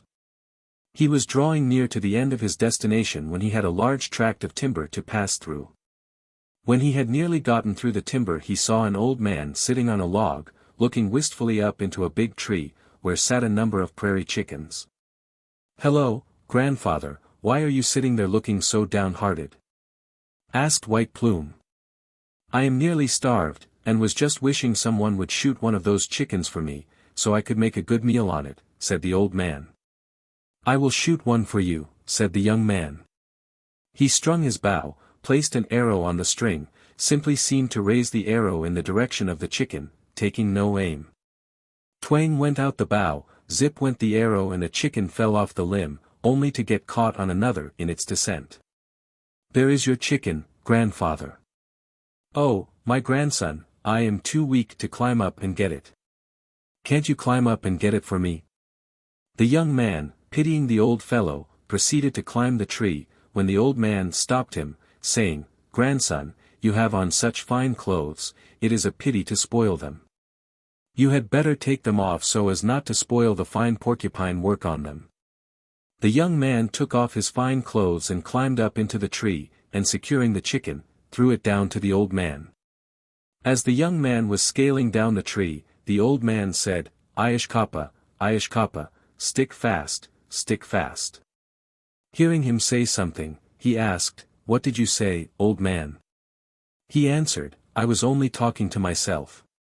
The young man proceeded to descend, but he could not move. His body was stuck fast to the bark of the tree. In vain did he beg the old man to release him.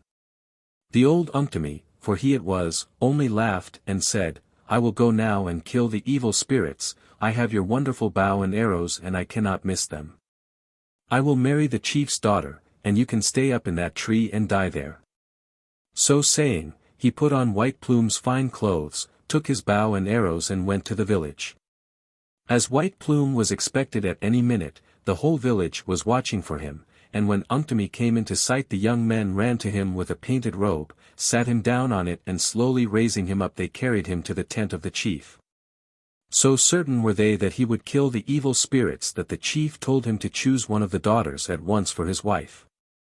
Before the arrival of White Plume, hearing of him being so handsome, the 2 girls had quarreled over which should marry him, but upon seeing him the younger was not anxious to become his wife. So Unktomi chose the older one of the sisters, and was given a large tent in which to live. The younger sister went to her mother's tent to live, and the older was very proud, as she was married to the man who would save the nation from starvation. The next morning there was a great commotion in camp, and there came the cry that the white buffalo was coming. "Get ready, son-in-law, and kill the buffalo," said the chief. Unktomi took the bow and arrows and shot as the buffalo passed, but the arrow went wide off its mark. Next came the eagle, and again he shot and missed.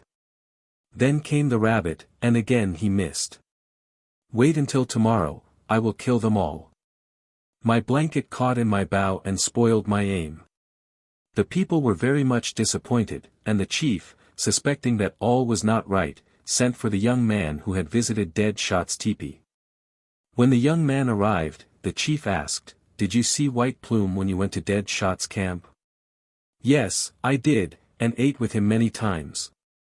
I stayed at his father's teepee all the time I was there," said the young man.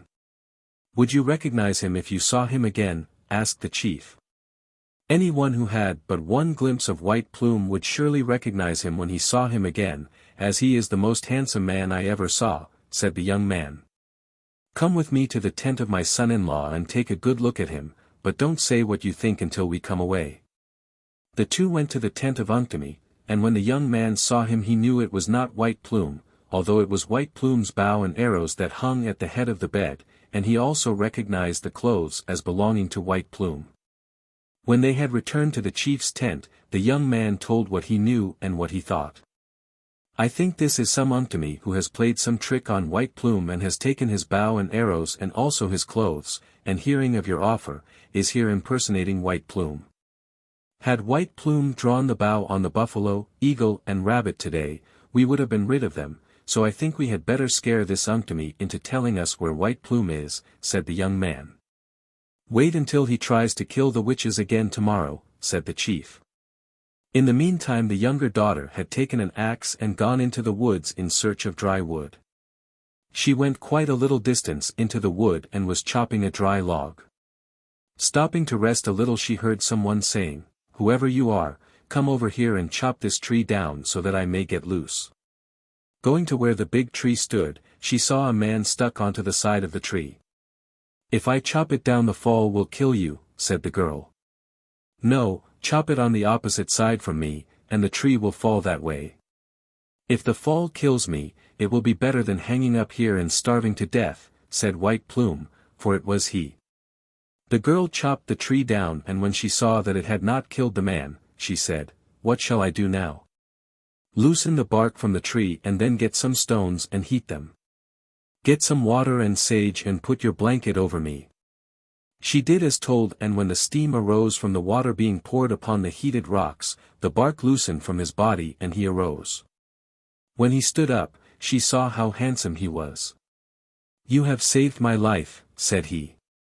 "Will you be my wife?" "I will," said she. He then told her how the old man had fooled him into this trap and took his bow and arrows, also his fine porcupine-worked clothes, and had gone off, leaving him to die. She, in turn, told him all that had happened in camp since a man, calling himself White Plume, came there and married her sister before he shot at the witches, and when he came to shoot at them, missed every shot. "Let us make haste, as the bad Unktomi may ruin my arrows." They approached the camp and whilst White Plume waited outside, his promised wife entered Unktomi's tent and said, "Unktomi, White Plume is standing outside and he wants his clothes and bow and arrows." "Oh, yes, I borrowed them and forgot to return them, make haste and give them to him."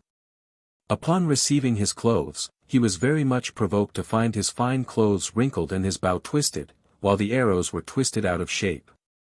He laid the clothes down, also the bows and arrows, and passing his hand over them, they assumed their right shapes again.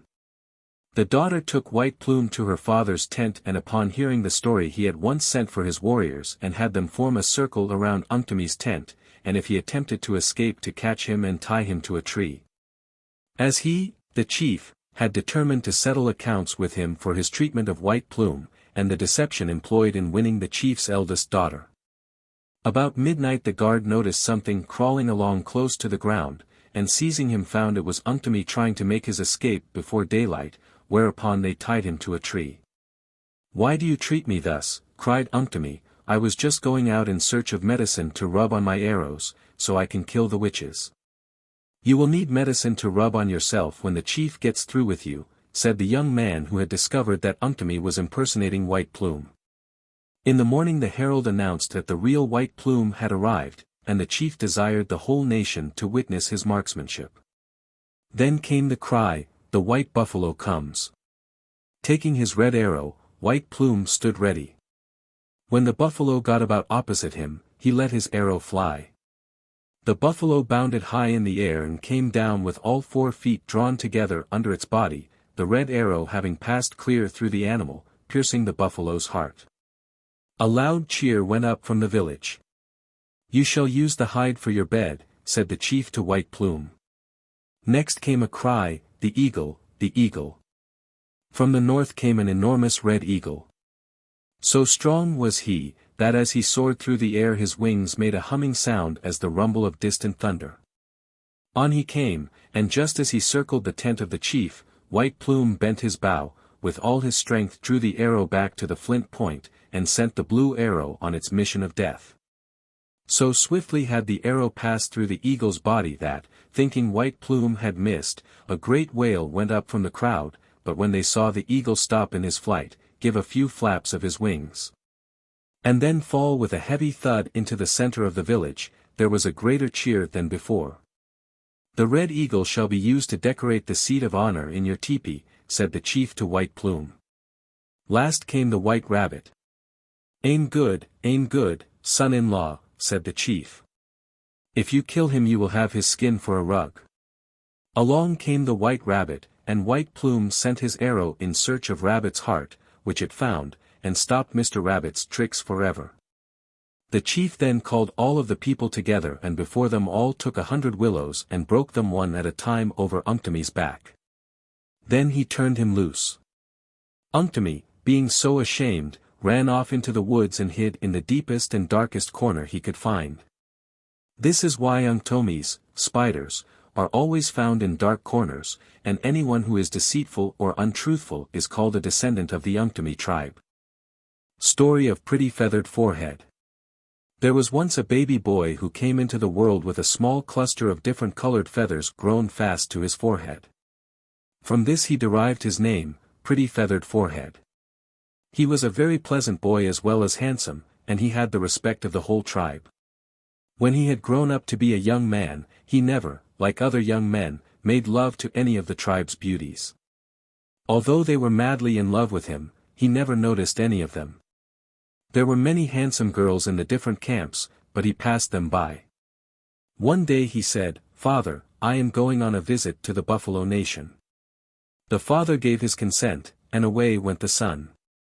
The father and mother suspected the object of their son's visit to the Buffalo Nation, and forthwith commenced preparing a fine reception for their intended daughter-in-law.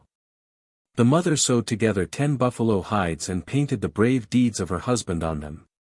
This she made into a commodious tent, and had work bags and fine robes and blankets put inside. This was to be the tent of their son and daughter-in-law. In a few weeks the son returned, bringing with him a beautiful buffalo girl. The parents of the boy gave a big feast in honor of the occasion, and the son and his wife lived very happily together.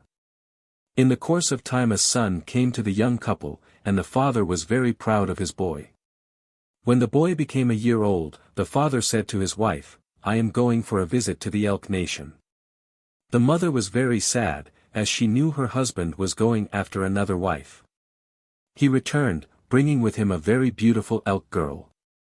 When the buffalo woman saw the elk girl she was very downcast and sad, but the husband said, "Don't be sad. She will do all the heavy work for you." They lived quite happily together for a long time. The elk girl also became the mother of a fine boy. The 2 boys had grown up large enough to play around. One day the elk woman was tanning hides outside and the 2 boys were playing around near their mothers, when all at once the buffalo boy ran across the robe, leaving his tracks on the white robe which his stepmother had nearly completed. This provoked the elk woman and she gave vent to her feelings by scolding the boy, "You clumsy flat mouth, why couldn't you run around my work, instead of across it?" The buffalo cow standing in the door, heard every word that the elk woman had said, and when she heard her son called Flat Mouth it made her very angry, although she did not say a word to any one. She hurriedly gathered some of her belongings and, calling her son, she started off in a westerly direction.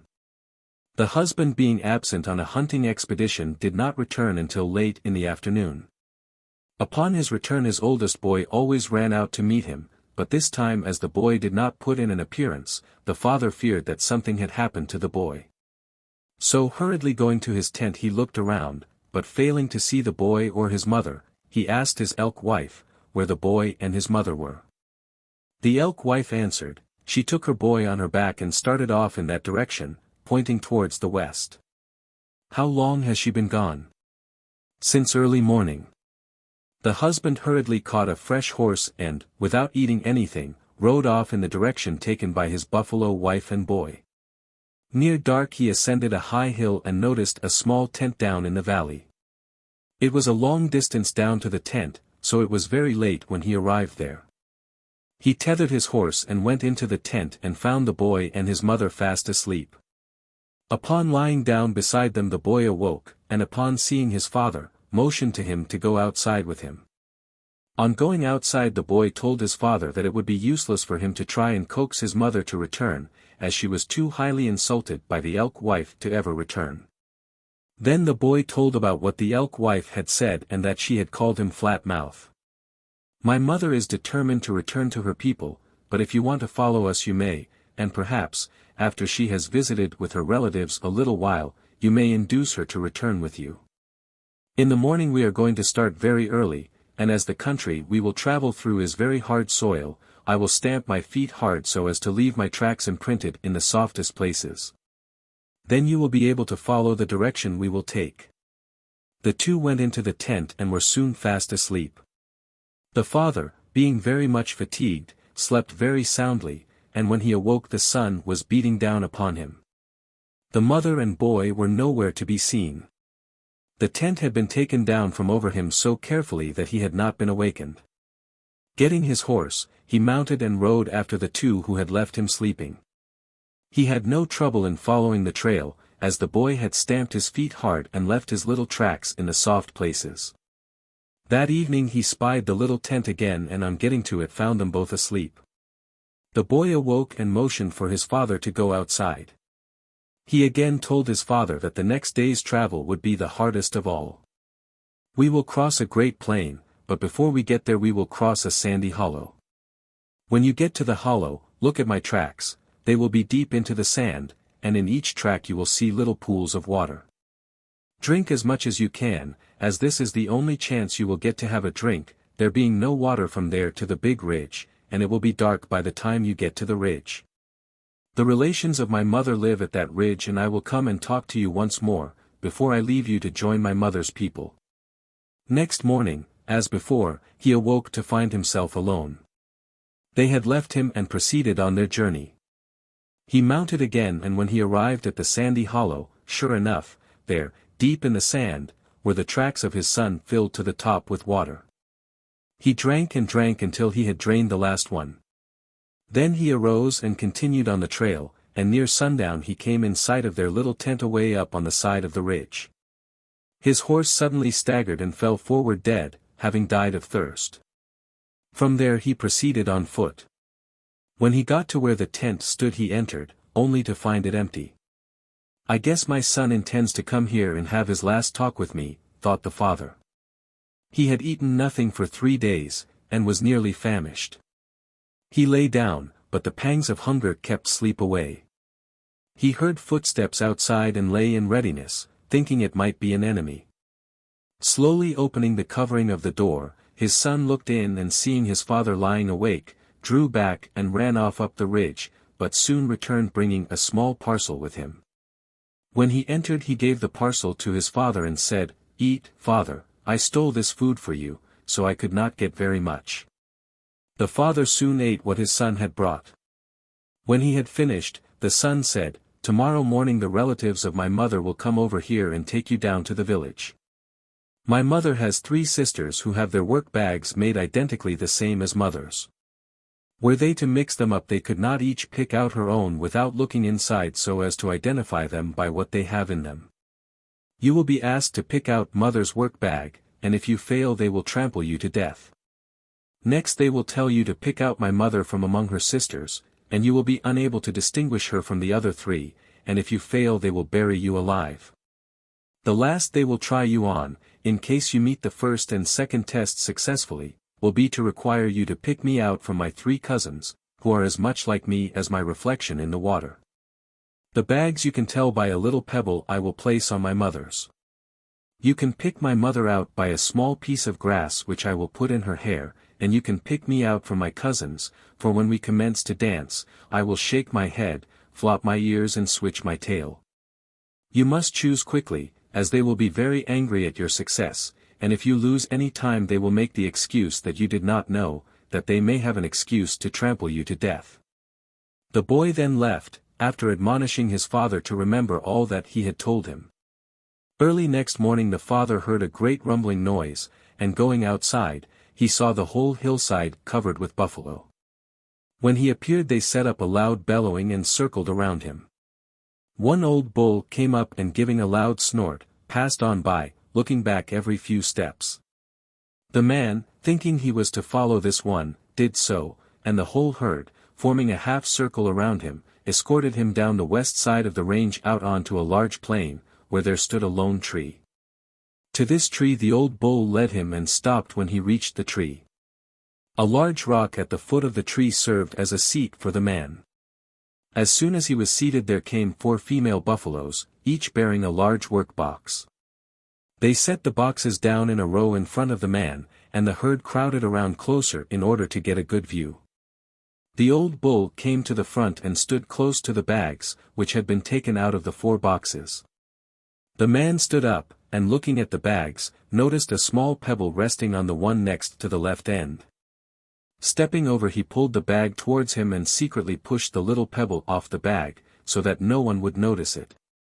When they saw that he had selected the right one, they set up a terrific bellow. Then came the 4 sisters and stood in a line before the man. Glancing along from the one on the right to the last one on the left, he stepped forward and placed his hand on the one next to the right. Thanks to his boy, if he hadn't put that little stem of grass on his mother's hair, the father could never have picked out his wife, as the 4 looked as much alike as 4 peas. Next came the 4 boy calves, and as they advanced they commenced dancing, and his son was shaking his head and flopping his ears and switching his tail. The father was going to pick out his boy, when a fainting spell took him, and as he sank to the ground the old bull sprang forward on top of him, and instantly they rushed upon him and he was soon trampled to a jelly. The herd then moved to other parts. The elk wife concluded that something had happened to her husband and determined upon going in search of him. As she was very fleet of foot it did not take her long to arrive at the lone tree. She noticed the blood splashed on the base of the tree, and small pieces of flesh stamped into the earth. Looking closer, she noticed something white in the dust. Stooping and picking it out of the dust, she drew forth the cluster of different colored feathers which had been fastened to her husband's forehead. She at once took the cluster of feathers, and going to the east side of the ridge, heated stones and erected a wickiup, placed the feathers inside, and getting water, she sprinkled the stones, and this caused a thick vapor in the wickiup. She continued this for a long time, when she heard something moving inside the wickiup. Then a voice spoke up, saying, "Whoever you are, pour some more water on and I will be all right." So the woman got more water and poured it on the rocks. "That will do now, I want to dry off." She plucked a pile of sage and in handing it in to him, he recognized his elk wife's hand. They went back home and shortly after the buffalo, hearing about him coming back to life, decided to make war on him and kill him and his wife, she being the one who brought him back to life.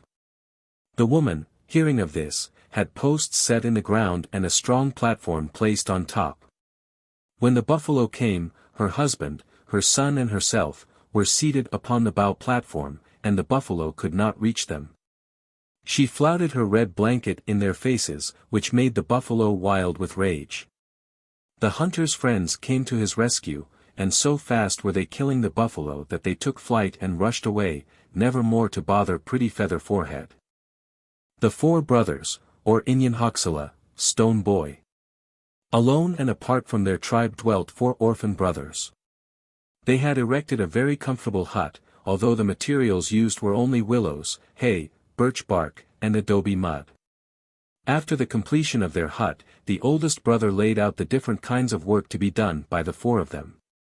He and the second and third brothers were to do all the hunting, and the youngest brother was to do the house work, cook the meals, and keep plenty of wood on hand at all times.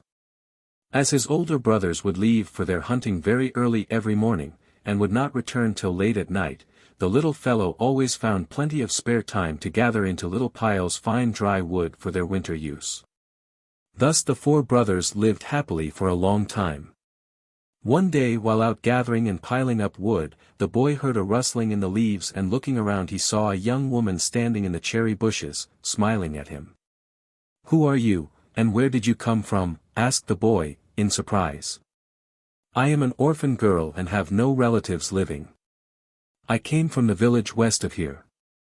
I learned from Rabbit that there were four orphan brothers living here all alone, and that the youngest was keeping house for his older brothers, so I thought I would come over and see if I couldn't have them adopt me as their sister. So that I might keep house for them, as I am very poor and have no relations, neither have I a home." She looked so pitiful and sad that the boy thought to himself, "I will take her home with me, poor girl, no matter what my brothers think or say." Then he said to her, "Come on, Tank, sister. You may go home with me. I am sure my older brothers will be glad to have you for our sister." When they arrived at the hut, the girl hustled about and cooked up a fine hot supper, and when the brothers returned they were surprised to see a girl sitting by the fire in their hut. After they had entered, the youngest brother got up and walked outside, and a short time after the oldest brother followed him out. "Who is that girl, and where did she come from?" he asked his brother. Whereupon the brother told him the whole story. Upon hearing this, the oldest brother felt very sorry for the poor orphan girl, and going back into the hut he spoke to the girl, saying, "Sister, you are an orphan, the same as we, you have no relatives, no home. We will be your brothers, and our poor hut shall be your home. Henceforth call us brothers, and you will be our sister. Oh, how happy I am now that you take me as your sister. I will be to you all as though we were of the same father and mother," said the girl. And true to her word, she looked after everything of her brothers and kept the house in such fine shape that the brothers blessed the day that she came to their poor little hut. She always had an extra buckskin suit and 2 pairs of moccasins hanging at the head of each one's bed. Buffalo, deer, antelope, bear, wolf, wildcat, mountain lion and beaver skins she tanned by the dozen, and piled nicely in one corner of the hut. When the Indians have walked a great distance and are very tired, they have great faith in painting their feet, claiming that paint eases the pain and rests their feet. After their return from a long day's journey, when they would be lying down resting, the sister would get her paint and mix it with the deer tallow and rub the paint on her brother's feet, painting them up to their ankles. The gentle touch of her hands, and the soothing qualities of the tallow and paint soon put them into a deep, dreamless sleep. Many such kind actions on her part won the hearts of the brothers, and never was a full-blood sister loved more than was this poor orphan girl, who had been taken as their adopted sister. In the morning when they arose, the sister always combed their long black silken scalp locks and painted the circle around the scalp lock a bright vermilion. When the hunters would return with a goodly supply of beef, the sister would hurry and relieve them of their packs, hanging each one high enough from the ground so the prowling dogs and coyotes could not reach them. The hunters each had a post on which to hang his bow and flint head arrows. Good hunters never laid their arrows on the ground, as it was considered unlucky to the hunter who let his arrows touch the earth after they had been out of the quiver. They were all perfectly happy, until one day the older brother surprised them all by saying, "We have a plentiful supply of meat on hand at present to last us for a week or so. I am going for a visit to the village west of us, so you boys all stay at home and help sister. Also gather as much wood as you can and I will be back again in 4 days. On my return we will resume our hunting and commence getting our year's supply of meat." He left the next morning, and the last they saw of him was while he stood at the top of the long range of hills west of their home. For days had come and gone and no sign of the oldest brother. "I am afraid that our brother has met with some accident," said the sister. "I am afraid so, too," said the next oldest. "I must go and search for him. He may be in some trouble where a little help would get him out." The second brother followed the direction his brother had taken, and when he came to the top of the long range of hills he sat down and gazed long and steadily down into the long valley with a beautiful creek winding through it. Across the valley was a long plain stretching for miles beyond and finally ending at the foot of another range of hills, the counterpart of the one upon which he sat. After noting the different landmarks carefully, he arose and slowly started down the slope and soon came to the creek he had seen from the top of the range. Great was his surprise on arriving at the creek to find what a difference there was in the appearance of it from the range and where he stood. From the range it appeared to be a quiet, harmless, laughing stream.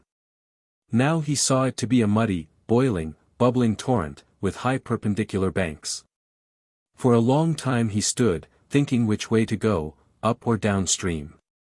He had just decided to go downstream, when, on chancing to look up, he noticed a thin column of smoke slowly ascending from a little knoll. He approached the place cautiously and noticed a door placed into the creek bank on the opposite side of the stream. As he stood looking at the door, wondering who could be living in a place like that, it suddenly opened and a very old-appearing woman came out and stood looking around her. Soon she spied the young man, and said to him, "My grandchild, where did you come from and whither are you bound?" The young man answered, "I came from east of this ridge and am in search of my oldest brother, who came over in this direction 5 days ago and who has not yet returned. Your brother stopped here and ate his dinner with me, and then left, traveling towards the west," said the old witch, for such she was. "Now, grandson, come across on that little log bridge up the stream there and have your dinner with me. I have it all cooked now and just stepped outside to see if there might not be some hungry traveler about, whom I could invite in to eat dinner with me."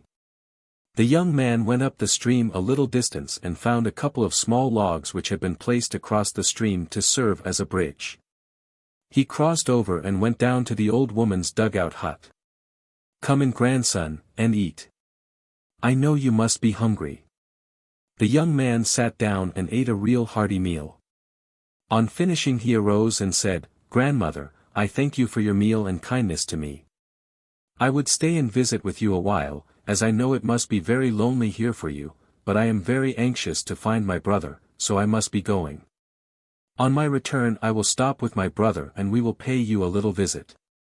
"Very well, grandson, but before you go, I wish you would do me a little favor. Your brother did it for me before he left, and cured me, but it has come back on me again. I am subject to very severe pains along the left side of my backbone, all the way from my shoulder blade down to where my ribs attach to my backbone, and the only way I get any relief from the pain is to have someone kick me along the side." She was a witch, and concealed in her robe a long sharp steel spike. It was placed so that the last kick they would give her, their foot would hit the spike and they would instantly drop off into a swoon, as if dead. "If I won't hurt you too much, grandmother, I certainly will be glad to do it for you," said the young man, little thinking he would be the one to get hurt. "No, grandson, don't be afraid of hurting me. The harder you kick the longer the pain stays away." She laid down on the floor and rolled over onto her right side, so he could get a good chance to kick the left side where she said the pain was located. As he moved back to give the first kick, he glanced along the floor and he noticed a long object wrapped in a blanket, lying against the opposite wall. He thought it looked strange and was going to stop and investigate, but just then the witch cried out as if in pain. "Hurry up, grandson, I am going to die if you don't hurry and start in kicking." "I can investigate after I get through with her," thought he, so he started in kicking and every kick he would give her she would cry, "Harder, kick harder." He had to kick 7 times before he would get to the end of the pain, so he let out as hard as he could drive, and when he came to the last kick he hit the spike, and driving it through his foot, fell down in a dead swoon. And was rolled up in a blanket by the witch and placed beside his brother at the opposite side of the room. When the second brother failed to return, the third went in search of the two missing ones. He fared no better than the second one, as he met the old witch who served him in a similar manner as she had his two brothers. Ha! Ha! She laughed, when she caught the third. I have only one more of them to catch, and when I get them I will keep them all here a year, and then I will turn them into horses and sell them back to their sister. I hate her, for I was going to try and keep house for them and marry the oldest one, but she got ahead of me and became their sister, so now I will get my revenge on her. Next year she will be riding and driving her brothers and she won't know it. When the third brother failed to return, the sister cried and begged the last one not to venture out in search of them. But go he must, and go he did, only to do as his three brothers had done. Now the poor sister was nearly distracted. Day and night she wandered over hills and through woods in hopes she might find or hear of some trace of them. Her wanderings were in vain. The hawks had not seen them after they had crossed the little stream.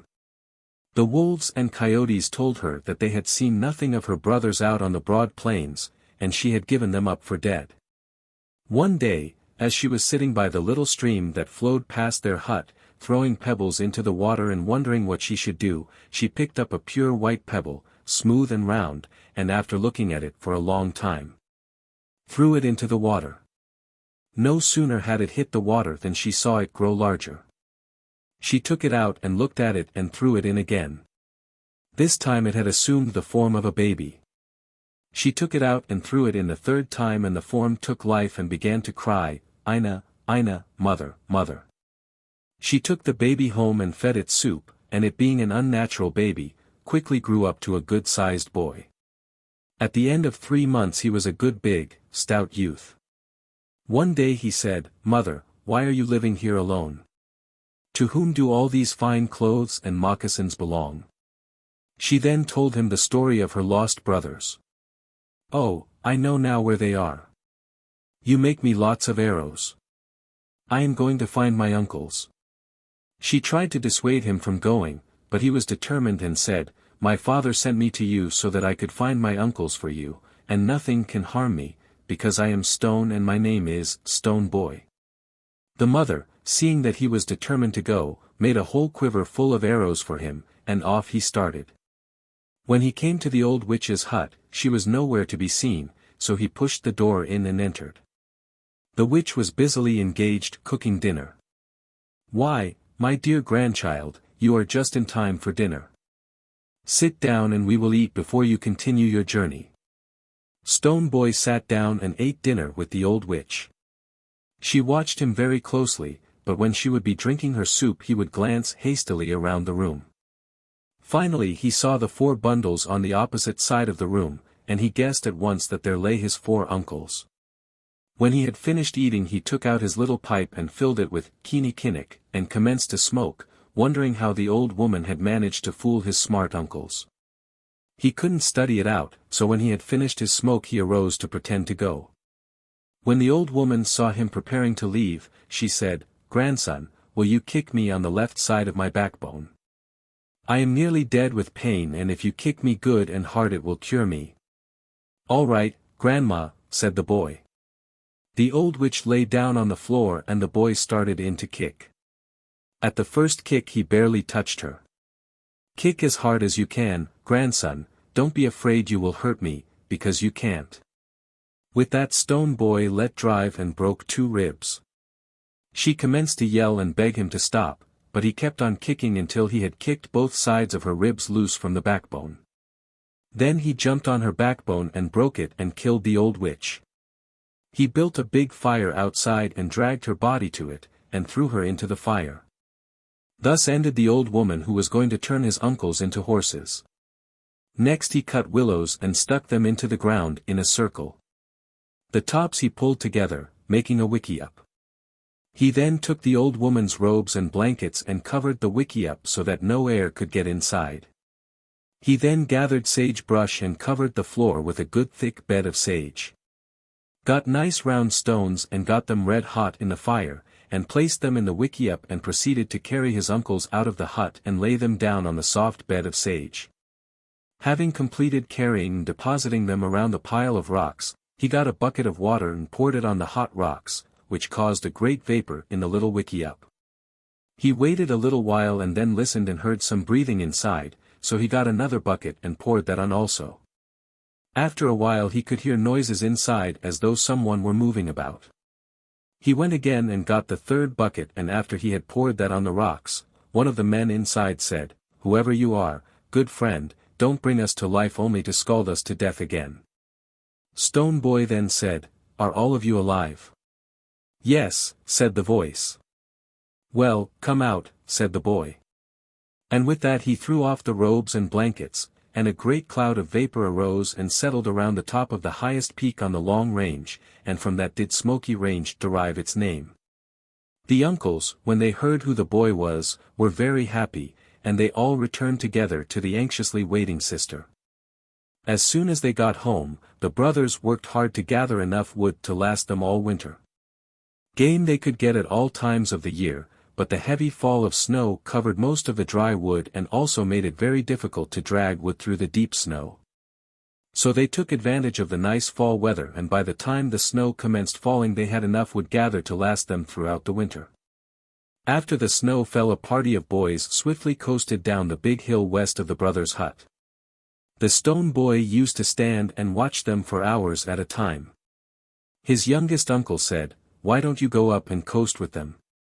The boy said, "They may be afraid of me, but I guess I will try once, anyway." So the next morning when the crowd came coasting, Stone Boy started for the hill. When he had nearly reached the bottom of the coasting hill, all of the boys ran off excepting two little fellows who had a large coaster painted in different colors and had little bells tied around the edges. So when the coaster was in motion the bells made a cheerful tinkling sound. As Stone Boy started up the hill, the two little fellows started down and went past him as though shot from a hickory bough. When they got to the end of their slide, they got off and started back up the hill. It being pretty steep, Stone Boy waited for them, so as to lend a hand to pull the big coaster up the hill. As the two little fellows came up with him he knew at once that they were twins, as they looked so much alike that the only way one could be distinguished from the other was by the scarfs they wore. One wore red, the other black. He at once offered to help them drag their coaster to the top of the hill. When they got to the top the twins offered their coaster to him to try a ride. At first he refused, but they insisted on his taking it, as they said they would sooner rest until he came back. So he got on the coaster and flew down the hill, only he was such an expert he made a zigzag course going down and also jumped the coaster off a bank about 4 feet high, which none of the other coasters dared to tackle. Being very heavy, however, he nearly smashed the coaster. Upon seeing this wonderful jump, and the zigzag course he had taken going down, the twins went wild with excitement and decided that they would have him take them down when he got back. So upon his arrival at the starting point, they both asked him at once to give them the pleasure of the same kind of a ride he had taken. He refused, saying, "We will break your coaster. I alone nearly smashed it, and if we all get on and make the same kind of a jump, I am afraid you will have to go home without your coaster." "Well, take us down anyway, and if we break it our father will make us another one." So he finally consented. When they were all seated ready to start, he told them that when the coaster made the jump they must look straight ahead. By no means look down, because if you do we will go over the cut bank and land in a heap at the bottom of the gulch. They said they would obey what he said, so off they started swifter than ever, on account of the extra weight, and so swiftly did the sleigh glide over the packed, frozen snow, that it nearly took the twins' breath away. Like an arrow they approached the jump. The twins began to get a little nervous. "Sit steady and look straight ahead," yelled Stone Boy. The twin next to Stone Boy, who was steering behind, sat upright and looked far ahead, but the one in front crouched down and looked into the coulee. Of course, Stone Boy, being behind, fell on top of the twins, and being so heavy, killed both of them instantly, crushing them to a jelly. The rest of the boys, seeing what had happened, hastened to the edge of the bank, and looking down, saw the twins laying dead, and Stone Boy himself knocked senseless, lying quite a little distance from the twins. The boys, thinking that all three were killed, and that Stone Boy had purposely steered the sleigh over the bank in such a way that it would tip and kill the twins, returned to the village with this report. Now, these twins were the sons of the head chief of the Buffalo Nation. So at once the chief and his scouts went over to the hill to see if the boys had told the truth. When they arrived at the bank they saw the twins lying dead, but where was Stone Boy? They looked high and low through the gulch, but not a sign of him could they find. Tenderly they picked up the dead twins and carried them home, then held a big council and put away the bodies of the dead in Buffalo custom. A few days after this the uncles were returning from a long journey. When they drew near their home they noticed large droves of buffalo gathered on their side of the range. Hardly any buffalo ever ranged on this east side of the range before, and the brothers thought it strange that so many should so suddenly appear there now. When they arrived at home their sister told them what had happened to the chief's twins, as her son had told her the whole story upon his arrival at home after the accident. "Well, probably all the buffalo we saw were here for the council and funeral," said the older brother. "But where is my nephew? Stone Boy?" he asked his sister. He said he had noticed a great many buffalo around lately and he was going to learn, if possible, what their object was, said the sister. "Well, we will wait until his return." When Stone Boy left on his trip that morning, before the return of his uncles, he was determined to ascertain what might be the meaning of so many buffalo so near the home of himself and uncles. He approached several bunches of young buffalo, but upon seeing him approaching they would scamper over the hills. Thus he wandered from bunch to bunch, scattering them all. Finally he grew tired of their cowardice and started for home. When he had come to within a half-mile or so of home he saw an old shaggy buffalo standing by a large boulder, rubbing on it first one horn and then the other. On coming up close to him, the boy saw that the bull was so old he could hardly see, and his horns so blunt that he could have rubbed them for a year on that boulder and not sharpened them so as to hurt anyone. "What are you doing here, grandfather?" asked the boy. "I am sharpening my horns for the war," said the bull. "What war?" asked the boy. "Haven't you heard?" said the old bull, who was so near-sighted he did not recognize Stone Boy. "The chief's twins were killed by Stone Boy, who ran them over a cut bank purposely, and the chief has ordered all of his buffalo to gather here, and when they arrive we are going to kill Stone Boy and his mother and his uncles." "Is that so? When is the war to commence?" "In 5 days from now we will march upon the uncles and trample and gore them all to death." "Well, grandfather, I thank you for your information, and in return will do you a favor that will save you so much hard work on your blunt horns." So saying he drew a long arrow from his quiver and strung his bow, attached the arrow to the string and drew the arrow halfway back.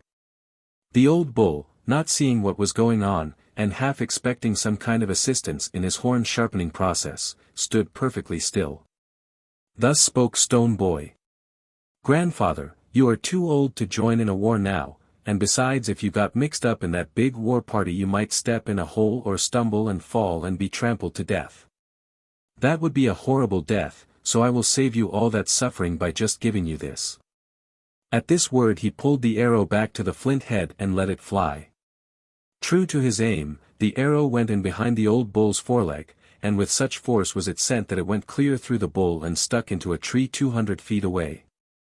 Walking over to the tree, he pulled out his arrow. Coolly straightening his arrow between his teeth and sighting it for accuracy, he shoved it back into the quiver with its brothers, exclaiming, "I guess, Grandpa, you won't need to sharpen your horns for Stone Boy and his uncles." Upon his arrival home he told his uncles to get to work building 3 stockades with ditches between and make the ditches wide and deep so they will hold plenty of buffalo. "The 4th fence I will build myself," he said. The brothers got to work early and worked until very late at night. They built 3 corrals and dug 3 ditches around the hut, and it took them 3 days to complete the work. Stone Boy hadn't done a thing towards building his fence yet, and there were only 2 days more left before the charge of the buffalo would commence. Still the boy didn't seem to bother himself about the fence.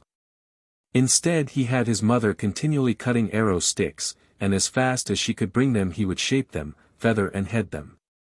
So by the time his uncles had their fences and corrals finished, he had 1,000 arrows finished for each of his uncles. The last 2 days they had to wait, the uncles joined him and they finished several thousand more arrows. The evening before the 5th day he told his uncles to put up 4 posts, so they could use them as seats from which to shoot. While they were doing this, Stone Boy went out to scout and see how things looked. At daylight he came hurriedly in saying, "You had better get to the first corral, they are coming. You haven't built your fence, nephew." Whereupon Stone Boy said, "I will build it in time, don't worry, uncle." The dust on the hillsides rose as great clouds of smoke from a forest fire. Soon the leaders of the charge came in sight, and upon seeing the timber stockade they gave forth a great snort or roar that fairly shook the earth. Thousands upon thousands of mad buffalo charged upon the little fort. The leaders hit the first stockade and it soon gave way. The maddened buffalo pushed forward by the thousands behind them. Plunged forward, only to fall into the first ditch and be trampled to death by those behind them. The brothers were not slow in using their arrows, and many a noble beast went down before their deadly aim with a little flint-pointed arrow buried deep in his heart. The second stockade stood their charge a little longer than did the first, but finally this gave way, and the leaders pushed on through, only to fall into the second ditch and meet a similar fate to those in the first. The brothers commenced to look anxiously towards their nephew, as there was only one more stockade left, and the second ditch was nearly bridged over with dead buffalo. With the now thrice maddened buffalo attacking the last stockade more furiously than before, as they could see the little hut through the openings in the corral. "Come in, uncles," shouted Stone Boy. They obeyed him, and stepping to the center he said, "Watch me build my fence." Suiting the words, he took from his belt an arrow with a white stone fastened to the point and fastening it to his bow, he shot it high in the air. Straight up into the air it went, for 2,000 or 3,000 feet, then seemed to stop suddenly and turned with point down and descended as swiftly as it had ascended. Upon striking the ground a high stone wall arose, enclosing the hut and all who were inside. Just then the buffalo broke the last stockade only to fill the last ditch up again. In vain did the leaders but the stone wall. They hurt themselves, broke their horns and mashed their snouts, but could not even scar the wall. The uncles and Stone Boy in the meantime rained arrows of death into their ranks. When the buffalo chief saw what they had to contend with, he ordered the fight off. The crier or herald sang out, come away, Stone Boy and his uncles will kill all of us." So the buffalo withdrew, leaving over 2,000 of their dead and wounded on the field, only to be skinned and put away for the feasts of Stone Boy and his uncles, who lived to be great chiefs of their own tribe, and whose many relations soon joined them on the banks of Stone Boy Creek. The Unktomi, Spider, 2 widows, and the red Plums. There once lived, in a remote part of a great forest, 2 widowed sisters, with their little babies. One day there came to their tent a visitor who was called Unktomi, Spider. He had found some nice red plums during his wanderings in the forest, and he said to himself, "I will keep these plums and fool the 2 widows with them." After the widows had bidden him be seated, he presented them with the plums. On seeing them they exclaimed, Hi nu, an exclamation of surprise, "Where did you get those fine plums?" Unktomi arose and pointing to a crimson-tipped cloud, said, "You see that red cloud? Directly underneath it is a patch of plums. So large is the patch and so red and beautiful are the plums that it is the reflection of them on the cloud that you see.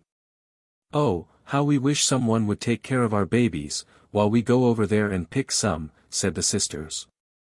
"Why, I am not in any particular hurry, so if you want to go I will take care of my little nephews until you return." Unktomi always claimed relationship with everyone he met. "Well brother," said the older widow, "take good care of them and we will be back as soon as possible."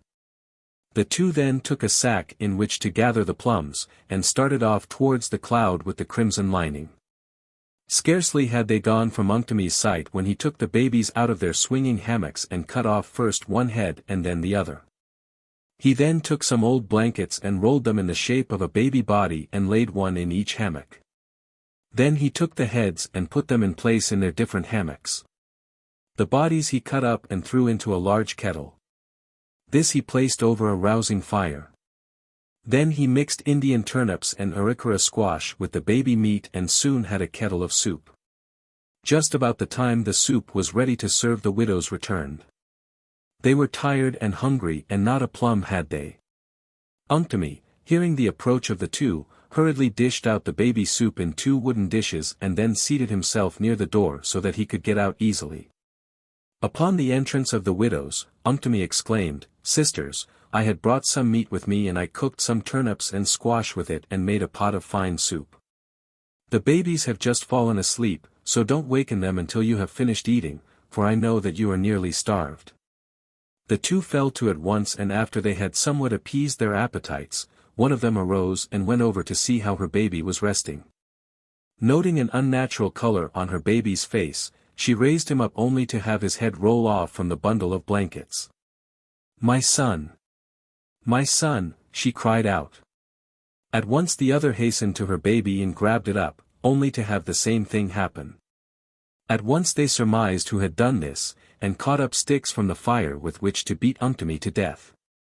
He, expecting something like this to happen, lost very little time in getting outside and down into a hole at the roots of a large tree. The 2 widows, not being able to follow Unktomi down into the hole, had to give up trying to get him out, and passed the rest of the day and night crying for their beloved babies.